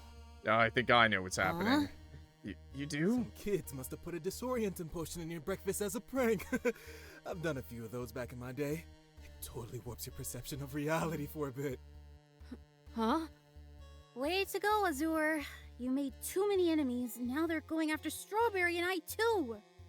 Oh, that actually makes a lot of sense. Damn. She forgot her girlfriend. That's Seems fucked it up. must be wearing off now.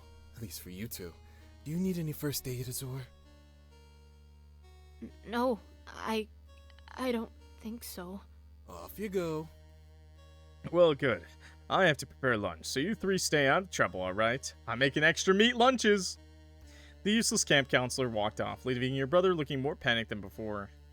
That is until Strawberry walked up next to him and placed a gentle hand on his shoulder. Azure? Hey, Azure, it's okay. Raspberry and I got you. I know you must be scared, but the potion will wear off soon. You'll totally forget about killing and, like, basically maiming your sister. Hey, maybe when this is done, you and I can make some more of those friendship bracelets. Would you like that? But I never made any bracelets with you. That was... Azure? You have to remember, you're under the influence of a disorienting potion. Your mind might be a bit confused. Yes. Yeah, I knew it was you, silly. I don't know anyone else with bright blue hair, after all. You felt your heart sink into your stomach. They really don't remember you at all. Guess who the friend Strawberry begged to camp with is now? Azure? Duh.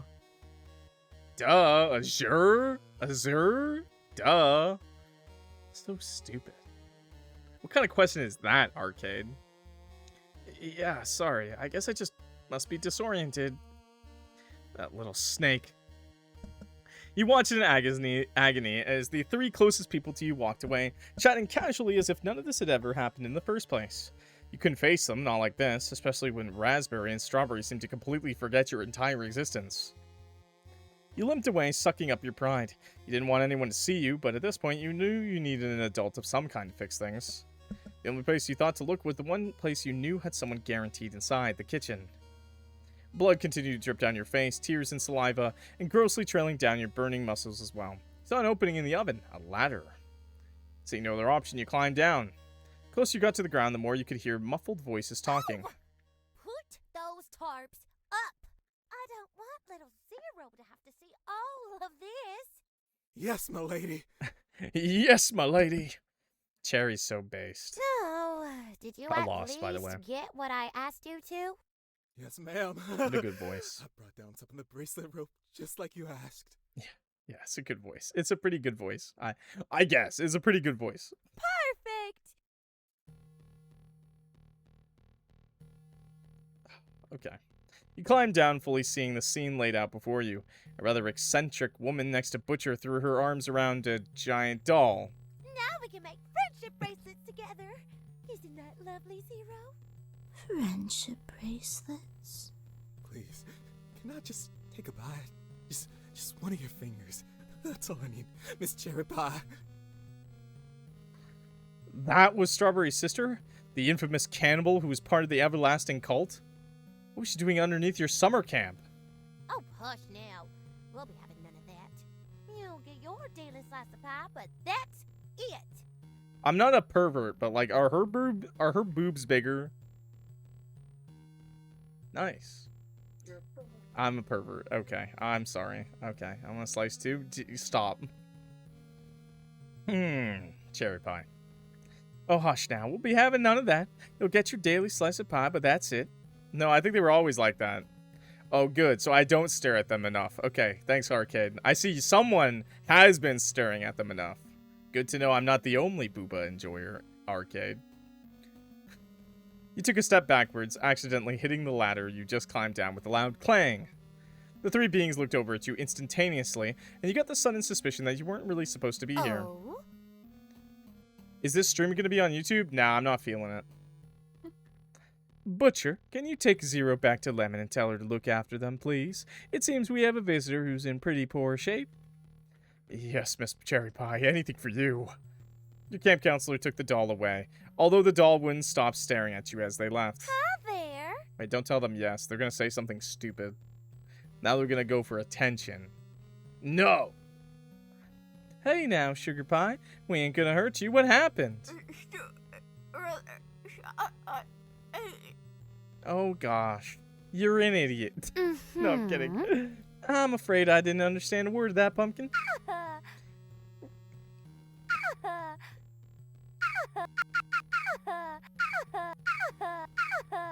Excuse me, what? Excuse me.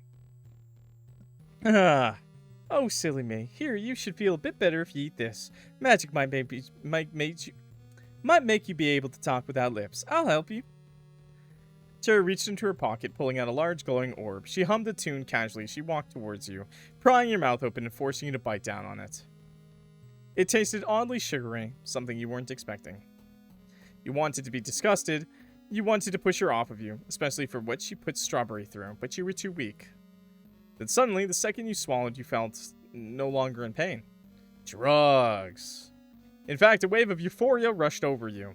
It was enough to send shivers down your spine. Hello? There we go. Now then, do you want to tell me what's happened to you? I was shot in the face by my brother, and now nobody remembers me. Not even my own girlfriend. Poor thing. Oh dear, that must be a pretty nasty curse you got there, huh? Huh? Curse. Well, sure. I can practically smell it from here. She does such a good job with the voice acting. Oh, shoot. Jeez, have these schools really not been teaching y'all about curses? You see? I like how Strawberry doesn't have any of this accent, though. 10 out of 10. Tisk tisk. Curses are a magical ailment that can't easily be gotten rid of or healed. They're usually the result of a misfired spell, but they're always fueled by incredibly strong emotions like hate, fear, or love. Poor thing. Not all curses are bad, but it looks like you've got yourself a nasty one. my curse make them forget me? Well, it's hard to say, sugar. The woman before you knelt down slightly, dusting off your shoulders. She looked at you with a plethora of concern in her eyes. You weren't going to lie. You didn't expect someone so horrible to be so sweet of you. Sweet to you. Is it okay to like cherry pie? I mean, there's multiple types of cherry pie. You know. You should check out that one song called Cherry Pie, My Cherry Pie. Cherry pie. Okay, but yeah, it's totally based. I like cherry pie a lot. I really like cherry pie. I can sense a great deal of magic inside you. Say, this might be a weird question. Did you happen to get your specialty recently? The last time I felt something this strong was when my sister got hers not too long ago. Cherry's smile quickly turned bittersweet as she said that, but she still gave you her undivided attention. How would I know? But also, cherry pie is really good, with some whipped cream, too. It's funny, but you just kind of know. Something happens and snap, it clicks with you. You see? Sometimes they can form after traumatic events, you know? An unfortunate way to get your specialty, that's for sure. You might want to prepare yourself for, drastic physical changes on top of this. It's pretty common in these circumstances. Huh? You're starting to freak me out, lady. Now, wait one moment. Wait, where do you think you're going? Ugh. I know you. I know what you did. Why are you here? I think I might be able to help you. God, she's amazing. I can't fix things, but I can make them a little less hard to deal with. I want to taste honey pie. I've never had honey pie. I don't think that's a thing. Like, I think that's like a... Isn't a honey pie like those, like, cheap, like, pastries, actually? A honey pie. Those are, like, the cheap pastries. And a song. But I think a honey pie is just like a pastry you buy, like, from, like in a box. They're not that good, I'm pretty sure. Are they? Wait, let me look it up. Honey pie. You're making me look shit up now. Simple honey pie recipe. I've never seen this before. It looks so weird. Salted honey pie. Okay. Alright, I've never heard of that.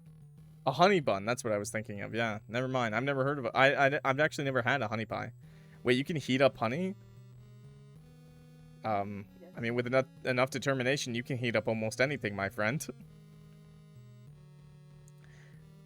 I doubt it's just a pie full of honey. It's probably just, like, honey flavored, right? I thought it was just a pet name. No, it's a pie. It's a pie. It's a pie. I'm assuming it's just, like, honey flavored, right? I can't fix things, but I can make them a little less hard to deal with. Will you come with me? Or go back out there, faceless, with no one who remembers you? I like this new fit she's got going on. The cult fit, by the way, is really nice. More than nice, but I'm going to leave it at nice. You weren't sure why exactly you went with her, but from then on, you weren't yourself anymore. Sion was nothing but a forgotten memory. You were someone else entirely. You could feel it. As the voices of the past started to fade, you became acutely aware of your present situation. You had already gotten so used to the familiarity of a comfortably warm body in the memory, a beating heart, even the sensation of breathing. Now you were feeling so distant you detached from yourself, stuck in a cold porcelain shell. You never felt so many overwhelming feelings before. You witnessed a childhood that wasn't yours, friends, loved ones, enemies, people you felt so strongly about, yet they were not yours. Was there anything yours anymore? What exactly were you? After a few moments, it occurred to you that the mask you had touched moments ago was now fitted onto your face, and you couldn't quite recall a thing about yourself, what you were doing there in the first place. You just felt wrong. You looked up at Memorial, noticing his new mask as well. He seemed different than he was before, but you couldn't quite figure out how. In his hands, he held a garbage bin, with the lid secured firmly on top. Buttons, you're awake? I guess I must have had more memories than I thought. Haha, was as stiff as an elephant. Yes, I was. Memorial's a little bit of a bad guy. She came to serve and she ate. Cherry pie was always cooking, never cooked. Nah, she's cooked, bro. Did we do it right? I feel different. So, by breaking one mask, did both sides of the mask smell like break, I guess? Okay. Oh, I know what you mean. I feel different, too. I've never felt more disgust in my entire life. Was that what happened to you really that bad? You suppose you didn't want to know. Witches are horrible, selfish people, all of them. It wouldn't have happened had they thought of someone other than themselves for once in their lives. Why make something just to discard it without a second thought? Why go through any of this? What's the meaning of it all? Is there any meaning? Are our specialties, do they actually matter? Does our fleeting existence matter if there's nothing waiting at the end? Sir, I don't understand. Sorry, just talking to myself. I gotta stop doing that. Well, if you can't beat them, join them, right? I feel like he started doing that more. I might need your help with one more thing, Buttons. But don't worry, I'll keep you safe, okay? Those disgusting pigs don't deserve you anyways. They should die and rot. They should. All of them, every last one of them. Wow, we sure did fail as a society. Yet you live in one society. Maybe it's time we go back to square one. Oh, that's the thing. That's a thing. Oh my god. When the echoes of the past ceased, Blueberry gasped, quickly jumping backwards off of Buttons. She started breathing heavily, but so Blueberry's just remembered this whole time. Okay. She started breathing heavily. You had never seen her look so scared before. Buttons struggled to get up off the ground, turning on their heel to make their escape. Oh no, you don't. You saw Raspberry stomp her foot down without warning. Vines shot out from beneath the floor. They trailed from her heel to Buttons like a heat-seeking missile. Restraining Buttons was proving to be a very easy task to accomplish. Watch out, she got scissors! You got what you wanted. Just please let me go. The sounds of clattering could be heard as Buttons started to visibly shake. Please don't do that. I didn't want to remember that. I wasn't supposed to remember. I wasn't supposed to. Blueberry continued to hyperventilate. Without a second thought, you rushed to her side, giving her a concerned look as you grabbed a hold of her head. Hey, Blueberry, it's okay. You felt Blueberry rip her hand out of yours as she began to back herself against a wall. It was an accident. I didn't mean to, but when you all just forgot her, Oh, okay. She did remember. I doubt she remembered I doubt she knew that her sister, that Cyan turned into Memorial. I doubt she knew that, but yeah. I didn't know what to do. I was a kid. I wanted to believe what you were telling me. That memory was a lot, even for me, but it doesn't change the fact that you're still my friend. We can work through this. I know we can. But I did something horrible. I can't live with myself like this. You cannot live a life without hurting another person. You've been taken aback by Raspberry's words as she approached you two, placing a hand on Blueberry's shoulder. Huh? I don't understand. Believe me, being a politician, I've hurt countless people. It doesn't feel good. Not in the slightest. You wish that you could help everyone, or at the very least, you wish not to cause any harm. That's just not realistic, unfortunately. This sounds bad. It is bad. To live means that you will hurt someone someday, and there's nothing you can do about it. But what really matters is striving to do your best every day. As long as you can own up to your mistakes and strive to move forward, that's really all you can do. That's the difference between a good person and a bad person. Memorial's making this everyone else's problem, but you chose to be better yourself after it. Frankly, we both love you, mistakes and all. After Cyan left, I couldn't get her out of my mind. To think this is what she became, you all started confusing me for her. Your brains must have tried filling in the gaps of her absence, huh? I should have just trusted my gut, but I thought Cyan, she really was everything that I'd ever wanted to be. She's funny, confident, she did whatever she wanted and asked questions later. Everyone liked her. She didn't even need to try. They just loved her. The way she was. Do you have any idea how badly I wanted that? So you adopted her persona as your own? Does this mean that that the you we know isn't you? You were just trying to be like Cyan? No! Yes. The second I got home after that trip, I told my parents I got my specialty. Went how you would expect it to. But Strawberry, when you and your mom decided to take me in for a little bit before I joined the circus, I started to get more comfortable branching out, exploring myself and my identity. Even if all my actions were based on what I thought she would do, they're still my actions. It's still me. And I'm happy this way. Happier than I was pushing everything down like Azur did. Well, I know we can't change the past. It really isn't my place to forgive you or not based on what happened, but I'm at least happy you don't have to shoulder all those emotions alone anymore. And if this is how you want to be or act or present or whatever, it's still you. It's like Raspberry said. We love you no matter what.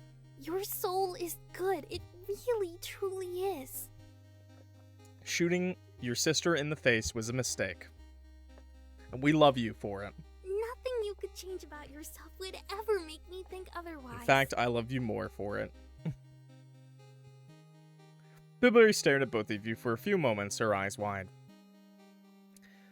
Why are you comforting me? She was your girlfriend. I'd be furious at me if I were you. Let's shoot her again. Let's shoot him now. Because now Memorial's a dude. The most American phrase I've heard from Clock. Well, the memories of her. I can't say that they've returned or that I knew that much about her. I have a lot of complicated feelings right now, and that's going to take some time to process. More trauma. But I'm still treading water, because I have to right now. If I have the capabilities to help someone who's about to drown, I will always help. If you can be strong, then I will too. Let's talk about this more when we get out of here, okay? Yeah, I'd like that. I would also like to join this hypothetical discussion later, but right now we have a captive prototype and no clear plan. That was beautiful. I want to hate you all so badly, but I just can't. Random, okay. Buttons looked rather emotional looking up at you three from their spot on the floor. Excuse me. Get up. Raspberry waved her arms, making the vines move and contort, lifting Buttons up so that they were dangling in the air. Why do you want a bald guy to be here, bro? Why do you want a bald guy who got no nose? Okay. What are you thirsting? You thirsting for Voldemort? Okay. Spoken as if they had any say in the matter to begin with. Raspberry pulled you aside, giving Blueberry a nod. Blueberry nodded back, using that as a signal to terrorize poor Buttons as Raspberry spoke to you. Strawberry, I hate to ask this of you, but it's the only solution I could think of. Whatever it is, I'll do it. I want to help. Your taller friend smiled at you, sympathetically placing her hands on both of your shoulders. You see? Memorial can't kill you, which means you are his only true weakness. But I feel it is safe to say that we now have a hold of his emotional weakness. Raspberry gestured vaguely in the direction of Buttons, who was currently being shaken around in the vines by Blueberry herself. You lifted a finger, opening your mouth to object to the sight you just witnessed when Raspberry continued to speak. I have a plan, but it may require you to commit acts of violence. How violent? If Memorial cannot physically harm you and has to physically protect you from harm at all times, you might be the only one who could get close enough to attack him and put a stop to all of this madness. Gee, Raspberry, I don't even know if I could even. I thought so. It's alright, Strawberry. You don't have to do anything you don't want to. I'll find another solution, alright? Just be careful. We'll just let everyone die, okay, Strawberry? You too, okay? There is because Avada Kedavra. Nah, bro. Voldemort would be the weakest witch here. Bro would be so weak. Strawberry could just, like, grow a strawberry in both of his fucking nose holes. And then he'd just fall over and die.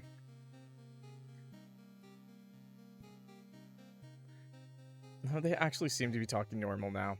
Was Blueberry smiling? Alright. Yeah, Voldemort's too basic, bitch. Now that we have this whole skeleton, Memorial shouldn't be too far away. He won't be around here. A click could be heard, Memorial's voice emitting from Buttons' back pocket. Buttons! I felt the connections between our masks sever. The memories, are you alright? I'm coming back down there, just hang on. Raspberry reached into Buttons' back pocket, pulling out the communicator and holding down the button on the side of it. No more games, Memorial. We have Buttons, and we know everything. Why would you say this? He was literally coming. I'd play your next moves very Why? carefully Why? if I were you. What? Excuse me? Excuse me, we had this in the bag and you just... We had this in the bag and you just give up the surprise, huh? Okay.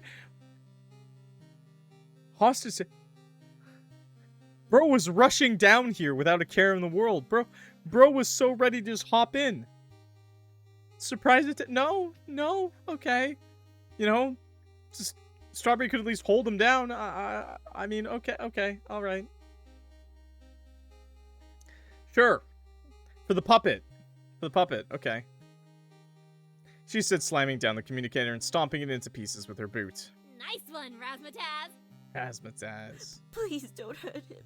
Hurt me if you must. Just please leave him be.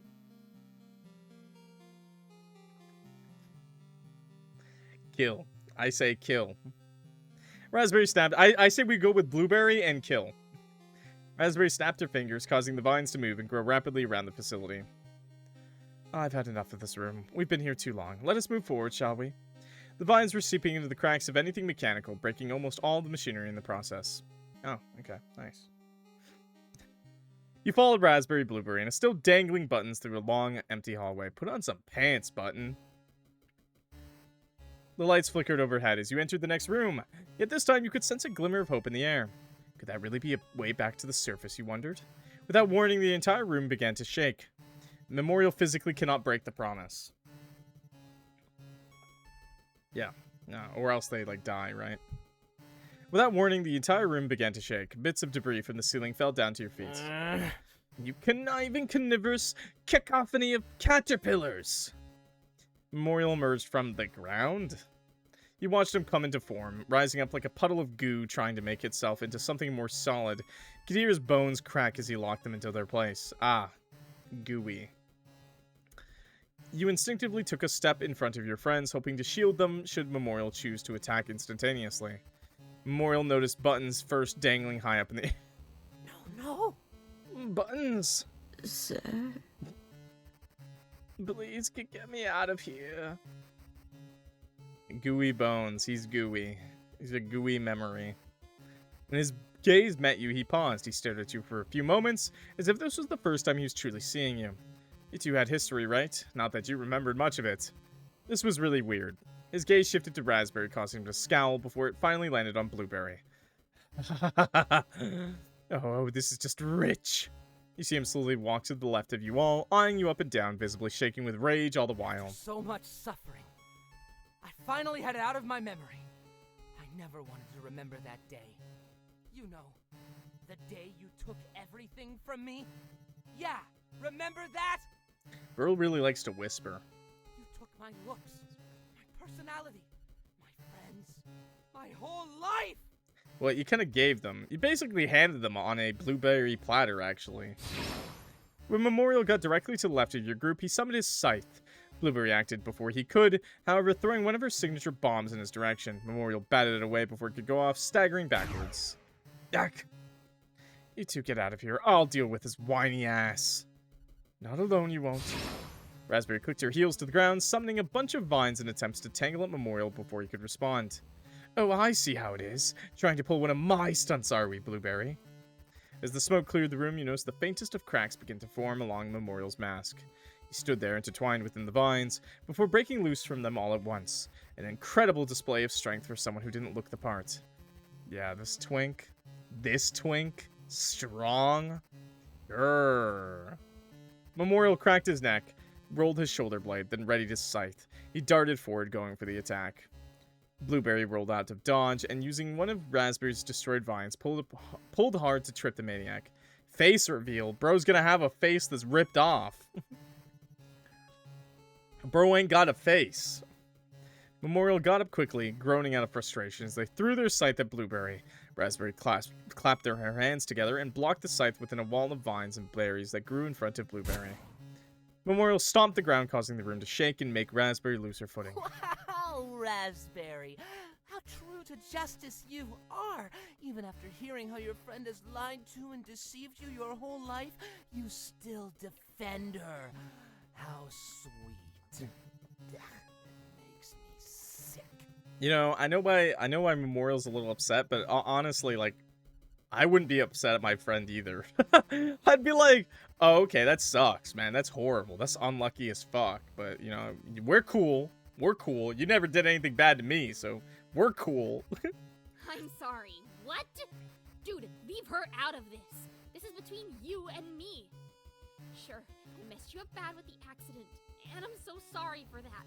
But that doesn't give you the right to play the victim after everything you've done since then. Yeah, I think Memorial's a little crazy, okay? Play the victim? My life was amazing before you ruined it, Azure. I will never forgive you for what you did to me! I will never forgive you! Look, Memorial. Really whiny, I'm sorry for what happened on that day, and you have every right to hate me.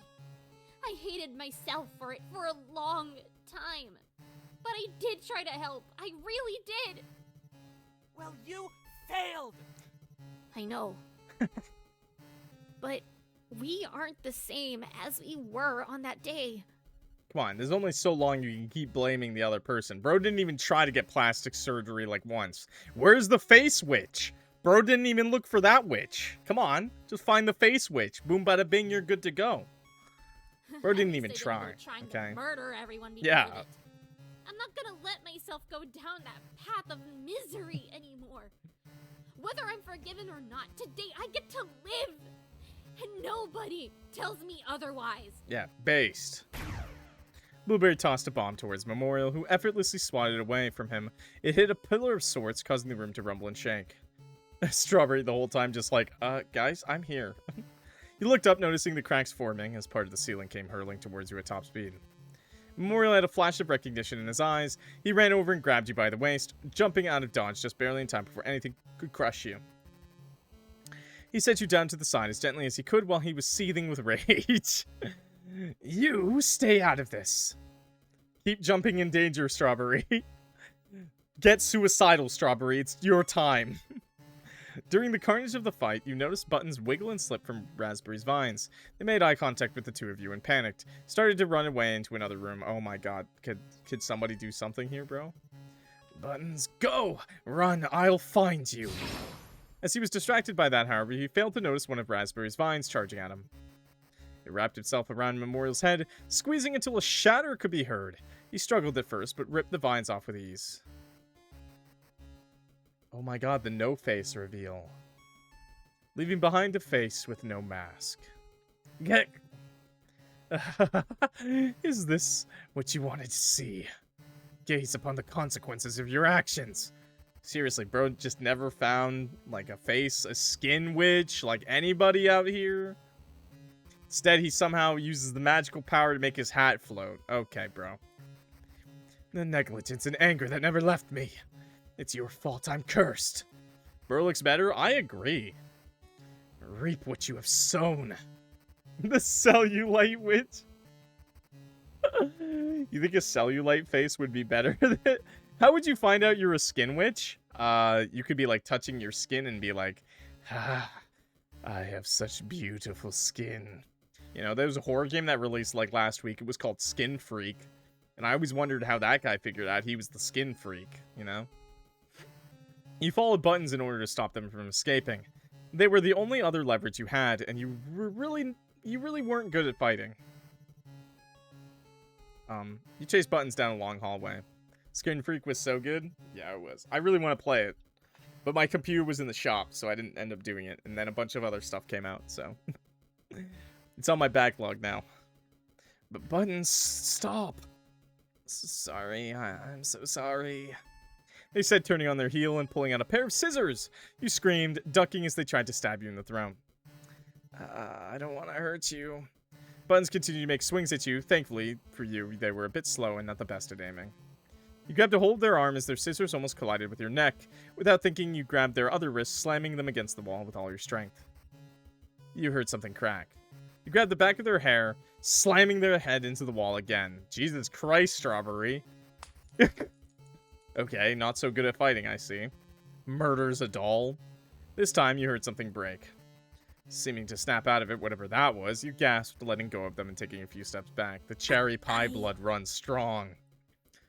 I am sorry, I don't know what came over me, I just...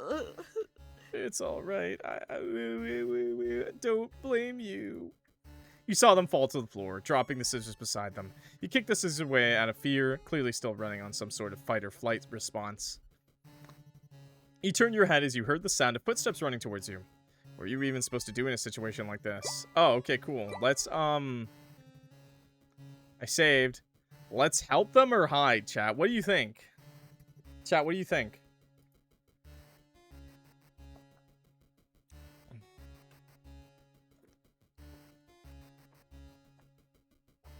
Should I help them? Help? Okay, shy guy, help them. Regret filled your very being. You couldn't believe you just did that. For half a century, you did everything you could to prevent death, yet here you were causing it. I think this is the one time it was okay, actually. You began to panic, hovering over their breaking form. Did you know any repairing magic? You think you remembered some, although you didn't use it often. Would that work on a living being?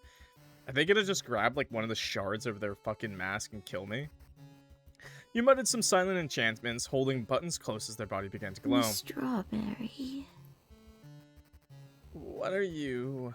The glowing stopped. Shoot. You started chanting once more, the glowing flickering, yet not fully igniting like before. What is going on? You looked up, your eyes meeting Memorial's. He rushed over to your side, grabbing buttons and putting them in his lap.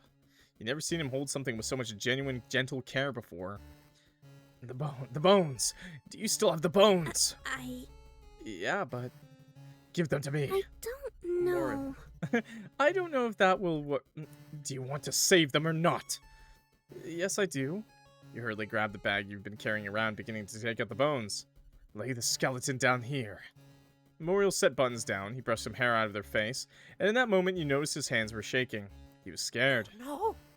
Just hold on, okay, Buttons? Stay awake, stay with me, I've got you. Sir? Look at that blue tongue. At least that's still blue. Da-da-dee-da-da. How many times do I have to tell you? You could just call me Memorial, alright? It's going to be okay. He spoke so gently, he was honestly throwing you off quite a bit. I'm sorry, Memorial. I couldn't do it. Your plan. My plan is meaningless without you. Memorial placed the bones in a circle, gently grabbing your shoulder and pulling you a few steps back. Fuck, we'll have to complete the ritual with 2 people. Strawberry, I'll lead, you just hold my hand and focus hard on bringing them back, and only bringing them back. Memorial reached his hand out to you. You hesitated. After all, this whole situation felt incredibly odd. Please. I promise I'm not going to hurt you, alright? Once again, he sounded so much softer than before. You took hold of his hand. The moment you did so, Memorial started chanting. The bones you laid out, their bones started glowing, a faint green color. Could it be? Could they be in there too? Memorial's words from earlier echoed in your mind. Do you want to save them or not? You squeezed onto Memorial's hand, trying hard to focus as he instructed. Suddenly you gasped, hearing running footsteps and familiar yelling coming your way. Don't look at them! Keep your eyes on the circle! What? What are you doing? Wait! Strawberry! Don't! Buttons began to glow, the bones hovering all around them. You watched as the bones seemed to phase through them, locking in place like a perfectly put-together puzzle. Why did Strawberry do this? You watched as buttons began to float into the air. I know I picked help them, but the entire building began to shake again. You were starting to feel uneasy. Blueberry rushed towards you, but just before she could reach, a large blast of energy emitted from Buttons. She wanted to help. Okay. I feel like we got a bad ending. Blueberry and Raspberry were knocked backwards almost instantly. Memorial stopped chanting, letting go of your hand and picking up the new figure that lay before you. Let's go. What? Memorial threw the figure over his shoulder and held them with one arm, using the other to grab onto your hand and bring you to the nearest wall. Wait, but I can't! You're coming with us. This isn't a request. You struggled, trying to pull yourself out of his grip, but he was too strong. Strawberry! Wait, don't. No, Strawberry already said, like, Strawberry didn't keep, like, any memories, so, like, it's still, like, a complete stranger, basically. Memorial let go of your hand, except for, and she knows that Memorial's trying to kill everybody, so that too. Memorial let go of your hand, struggling to get a silver skeleton key engraved with the logo of the Council of Witches out of his pocket. Oh, big portal moment. Big portal moment, chat. Wait, that's actually a 6 CG, by the way. This one's fucking badass, okay? He inserted it into the air and magically created a rectangular portal, one filled with pink-colored magic. Then he grabbed a hold of you once more. Leave her alone. Oh, you made the portal and did the colors. Based. Blueberry struggled to get up, clutching her stomach in pain. Blueberry, Raspberry. You both are of no threat to me. In fact, I'm so confident in that fact that I've decided to keep you two alive. For one reason only. I will kill every last witch out there. And when I'm done, I will be coming back for you. I'll kill you then and there, and that little push will be the final piece to make me whole. Until we meet again. Without another word, he pulled you into the portal. Ending 5. Is that... Okay, that's not... Okay, that one didn't even have a name. Okay, let's run that back. Let's hide. I'm assuming bro still gets away if we hide. Hide. You looked down, absolutely shocked by what you just did. You felt so out of control, like a part of you had finally snapped and chose to prioritize survival. You scurried to find a hiding spot, quickly tucking yourself behind a corner as you heard a familiar voice. What is going on? Sir? Buttons? Buttons! Buttons! I'm sorry, sir. No, shush. It's okay. It's okay. Come here. I've got you. I can't move. You're going to be okay, Buttons. I can't lose everything again. Sir, you're all I have left. You hesitated, never having seen Memorial so gentle or emotional. Or scared. You felt like you were intruding on something you weren't supposed to be seeing. So, Strawberry, where is she? She still has the bones. She could... Wait. Please, don't go. I don't want to be alone right now. Death. You saw Buttons weakly gripping onto Memorial's sleeve. Are you safe to carry? Or will you break? You saw Buttons shake their head solemnly. Okay. I'll stay right here with you. Thank you. You saw them speak to each other in hushed whispers. What was taking Raspberry and Blueberry so long? Wait. You paused your train of thought, noticing a large garbage bin tucked away next to you. You swear you've seen this garbage bin before. It was the same one Memorial held in Button's memory. The one with the fragmented prototypes and... the pipe. A weapon. You quietly lifted the lid off the bin, trying hard not to bring attention to yourself. You thanked the beginners that neither of them would be able to see you from this angle. Memorial's back was faced to you. You tiptoed over, pipe firmly in both of your hands. Yo, lay some pipe, Strawberry. You paused, seeing Button's hand reach up in Memorial's cheek. What would Mama do, you wondered? Oh, fucking smash. Smash! Mama would smash. Hit him. Yeah! You swung the pipe back, then swung it again directly against the back of Memorial's head. It's not clocking to him that she's standing on business. Hit him again! You sat on top of both of them. Girl, you riding? Beginning to beat Memorial over the head over and over and over again. He attempted to get up, to shove you off of him, but he couldn't. Mama would do what was right, even if it was painful. Again! I like the sound effect not being like brains being bashed in. Doing what's right meant involving yourself in what you hated most. Violence, and letting your friends get hurt. You thought back to the promise the two of you had made. Was he not fighting back because he couldn't? If he could, would he? Again and again! Yeah, he would fight back. Why did you have to do this? This didn't need to happen. The only response to your desperate pleas was a weak, twisted sort of laugh. Hit him again. You only stopped after he stopped moving. Should probably hit him again. Double tap, you know? Slowly getting off of both of them, you stared down at the mess you had made. Well, that's good. That's good. At some point, the two of them had intertwined hands. Button's form had seen better days, and they had unfortunately took some damage as well. Oh. Memorial's brain could be partially seen, causing you to almost throw up then and there. Come on. Strawberry! That's sad. You had a bit of a delayed response as Blueberry ran up and hugged you. Raspberry followed shortly after, looking relieved to see the scene before you. You did it. You really did it. Guys, don't be so excited. I just murdered someone. Are they still alive? Well, his brain is showing, but to be fair, bro's face was already skinned and he lived for a long time. So who knows at this point? Huh? I don't believe it. If Arcade's saying we did it, I really don't believe it now. Oh. That was really traumatic for you. Yeah. Shit, let's get you out of here. No, double tap. Raspberry nodded, muttering to herself. Double tap. I'll take care of the mess down here. Blueberry gently took the pipe from your bloodied hands. You stared at them quietly. You never wanted to hurt anyone. You spent 50 years trying to prevent death, and now here you were the cause of it. Guilt started to engulf you as Blueberry guided you out of the room. Well, you think of it this way, you saved a lot of people's lives, and your own probably. You made it back up to the surface, but you don't quite remember how you got there. Blueberry found the straw bunnies, or at least what they had become. Nice! You petted them gently. Doing so started to calm you down in a bit of a weird way. When Raspberry came back up, she looked exhausted. You understood that look better than anyone. Some words were exchanged, but you couldn't grasp the meaning of the words no matter how hard you tried. After all the fighting, all the new revelations, you finally understood everything that had ever happened to you, but it didn't make you feel any better. Fixing the problem didn't fix you like you hoped it would. You weren't even sure if what you did was right. At some point, Raspberry opened another portal. Your two friends held your hands on both sides of you, Blueberry holding onto a leash attached to the rapid amalgamation. Nice. You walked through. A hero! You were finally back in Ikosa. After countless years, it looked like the suffering was reaching an end. Even though you could see people celebrating as the news of your victory spread, you left scarred beyond belief. That's so sad. Come on, man! You guys couldn't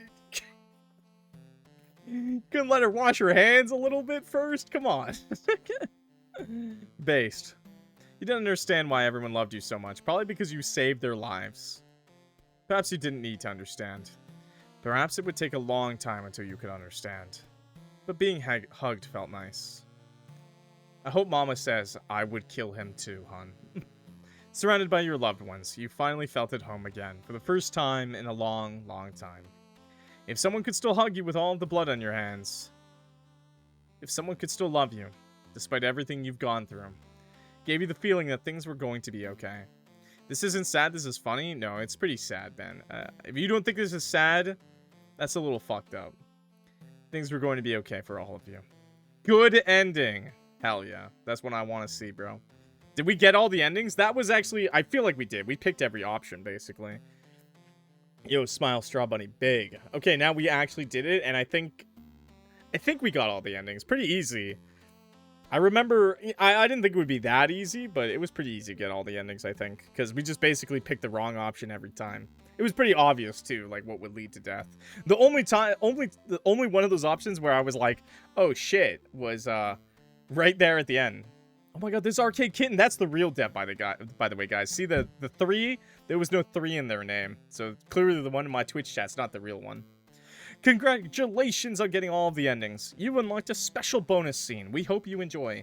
By the way, great job to the voice actors. 10 out of 10, too. I don't know about you, but you're just some crazy Arcade Kitten stalker. You open the door to your bedroom with some warm towels in hand. Looking over at your friend, you see little Buddy on their chest. Yeah, little Buddy!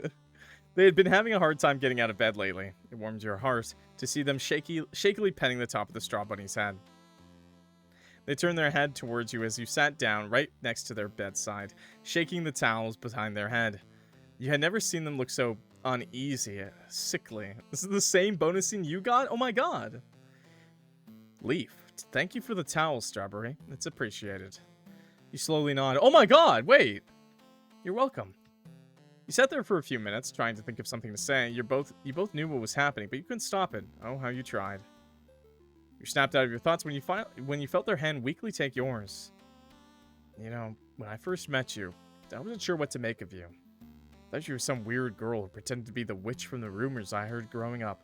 Wait, it's still the same person? I didn't believe it for a second. But then, you tried to help me too. Not do what I was planning to do when I got here. Heh. Your first success, eh, Strawberry? My only success. You felt their grip loosen a bit. You gave me a life I never thought possible. Oh no, this is when he passed away, isn't it? Or they passed away. And I'm sorry, I'm happy for that. Thank you. Goodbye, old friend. Never mind, this is a memory. I'm stupid. Oh, wait, please.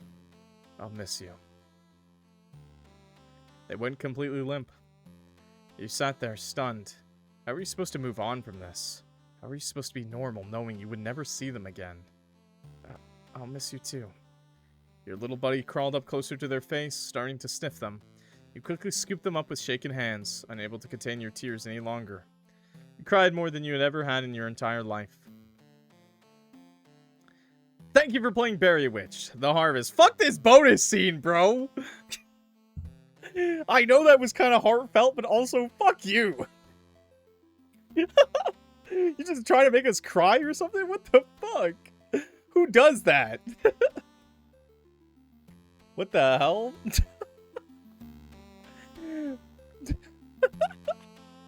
I'm not gonna lie. That's a little that was a little fucked up of a bonus scene, bro. What the hell? Okay, well, I'm gonna turn this down just a little bit. They were harvested. Yeah, well, I mean, and, you know, Strawberry was right. How do you be normal about it? You don't. You keep their body, you wait for them to turn into just bones, and then you keep them. This is such a wonderful playthrough, and I'm so glad she plays. I don't know how wonderful it is. I don't know how wonderful I am, chat. Guys, I'm pretty depraved, if I'm being honest. But I had a lot of fun with it. And if I'm being honest, I was making a lot of jokes. I always do that. I really enjoyed the art. It was probably the thing that stood out the most for me. Obviously, I feel like the story stands out a lot too, but the art was really, really nice. There was a lot of CGs too. I don't know how fast they made this game too, by the way. This came out pretty quick after they said they weren't going to make any games anymore. So I don't know if that was like they started right after that. But who is your fave character? Who's Cherry Pie? What? Who's Cherry Pie? Yeah, that outfit was just top tier, bro. Is a straight man. Rub my hands together, that's that. I like Strawberry a lot too. I think Blueberry has a lot of strength. I like Blueberry a lot, actually, because of that. I was, like, wrong and right about them earlier on when I'm pretty sure they're trans. Or at least, I'm not sure how it works in the witch world. Like, do you get your specialty and then your body just changes to whatever, like, it needs to be to fulfill your witch role? Or do you just go on to be... Or did you actually choose to be trans? You know what I mean? Like, did Memorial get their power and then, like, Cherry was like, yeah, your body's gonna change. And then they just became a dude? Who knows? I don't know. But I thought it was interesting that they both were trans at that point, basically. That was really cool. Nice twist. Especially, you know, the whole Memorial, like, you just turn into Harry. Okay, shut up, man. So... I don't know. I thought that was kind of interesting. But I really liked how the characters kind of like were just like, fuck Memorial, bro. They're like, I don't care that you like stole his life. You're still my friend. I mean, and Strawberry already liked Azure too. Like, it wasn't like that in the first place anyways, you know? Just some shape-shifting thing. I don't know, bro. Hopefully. I mean, I hope it's that easy for them in the witch world. You want to be trans, you just pick your, like... You get your, like, specialty, and then boom, bada bing, you got a penis now. Like, no, I'm kidding. You get whatever you want, I guess. You know, I hope it's that easy. Sorry, I kind of messed up with the pronouns a little bit. My bad, by the way. I'm stupid. That's pretty much it. I wish. Yeah, real. He had blueberries that explode. I thought that was a badass power, because I kept thinking, blueberry. I mean, and then there was Raspberry. Raspberry used vines to attack a lot. Strawberry basically did nothing except for beat people to death with a pipe. So no magic needed. It was kind of badass. Steampunk even. And Blueberry just had a bazooka with blueberries. And I think that's really cool too. I do think Memorial was kind of fucking overpowered. But at the same time, not. So I don't know how that all plays in. You gotta suspend your disbelief a little. I'm pretty bad at that because I make jokes at it. I'm good at actually suspending my disbelief, but I'm gonna make jokes about it, you know? That's my thing. That's just how I do, okay? You know? But I enjoyed it. The characters, though, themselves were really great. Like, the art of the characters, I really liked their designs. I don't think it was too, like, crazy, but they were really good. It reminds me of, like, Date Everything designs, you know? Like, where they're, like, reminiscent of the thing. Some designs of Date Everything are, like, too much, like, 100%. But the best ones are, like, the ones that were kind of low-key, but also, like, very obvious. So I like, it kind of reminded me of those kind of designs. And yeah, and obviously we've seen a couple of them. Like, obviously we saw, like, Memorial and stuff. But I just like the new ones we saw. I think it's good. I think it's great. Story-wise, I thought it was pretty good. You know, it's too bad it's such a contained story because this is like such a worldwide issue. But I guess Memorial's power just kind of deletes everybody else. Like, basically everybody else is a non-factor because of Memorial, which is fine. It just kind of makes the world feel really small, you know? That's fine. That's totally fine, though. I enjoyed it. I like the... You know, the real treasure was the witches we friended along the way, you know? I like that a lot. It was good. And the twist was a really nice time. yeah. I don't really have much else to say. It wasn't too crazy. Like, nothing, you know, I don't think my morals were tested in this game. That's the one thing I will say. It's a pretty straightforward story, you know? And I'm glad to see, like, a conclusion for this. Because, you know, I think people have been waiting a long time to see Memorial again. You know, I think people were thirsting over Memorial since that last game we saw them in, that little teaser at the end. So, I think people were very happy with this. You mean the witches we killed along the way? Hey, only one witch died in the making of this game, okay? Oh, and a bunny. Anyways, pretty good game. I enjoyed it. Please check it out. Clock that like button and subscribe maybe if you're new here. Helps me out a lot. Rate the game over on itch. 5 stars. Links is in the description, okay? I really appreciate it. If you didn't see Berrywitched and Cherrywitched, you can go check out my playthroughs of those. I'll leave the links in the description. I'll have a playlist for all 3 of these games together. Definitely go check those out if you want. And with that, I'm clocking out. So thank you all so much for watching. And I will see y'all in the next video. Big shout out to Smile Straw Bunny and Arcade Kitten for showing up. I really appreciate you guys, especially just chatting with me. And that's always really cool. And you guys did a great job with the game. Hopefully many more good games to come from the both of you. And with that, I'm clocking out. So bye for real this time. Peace.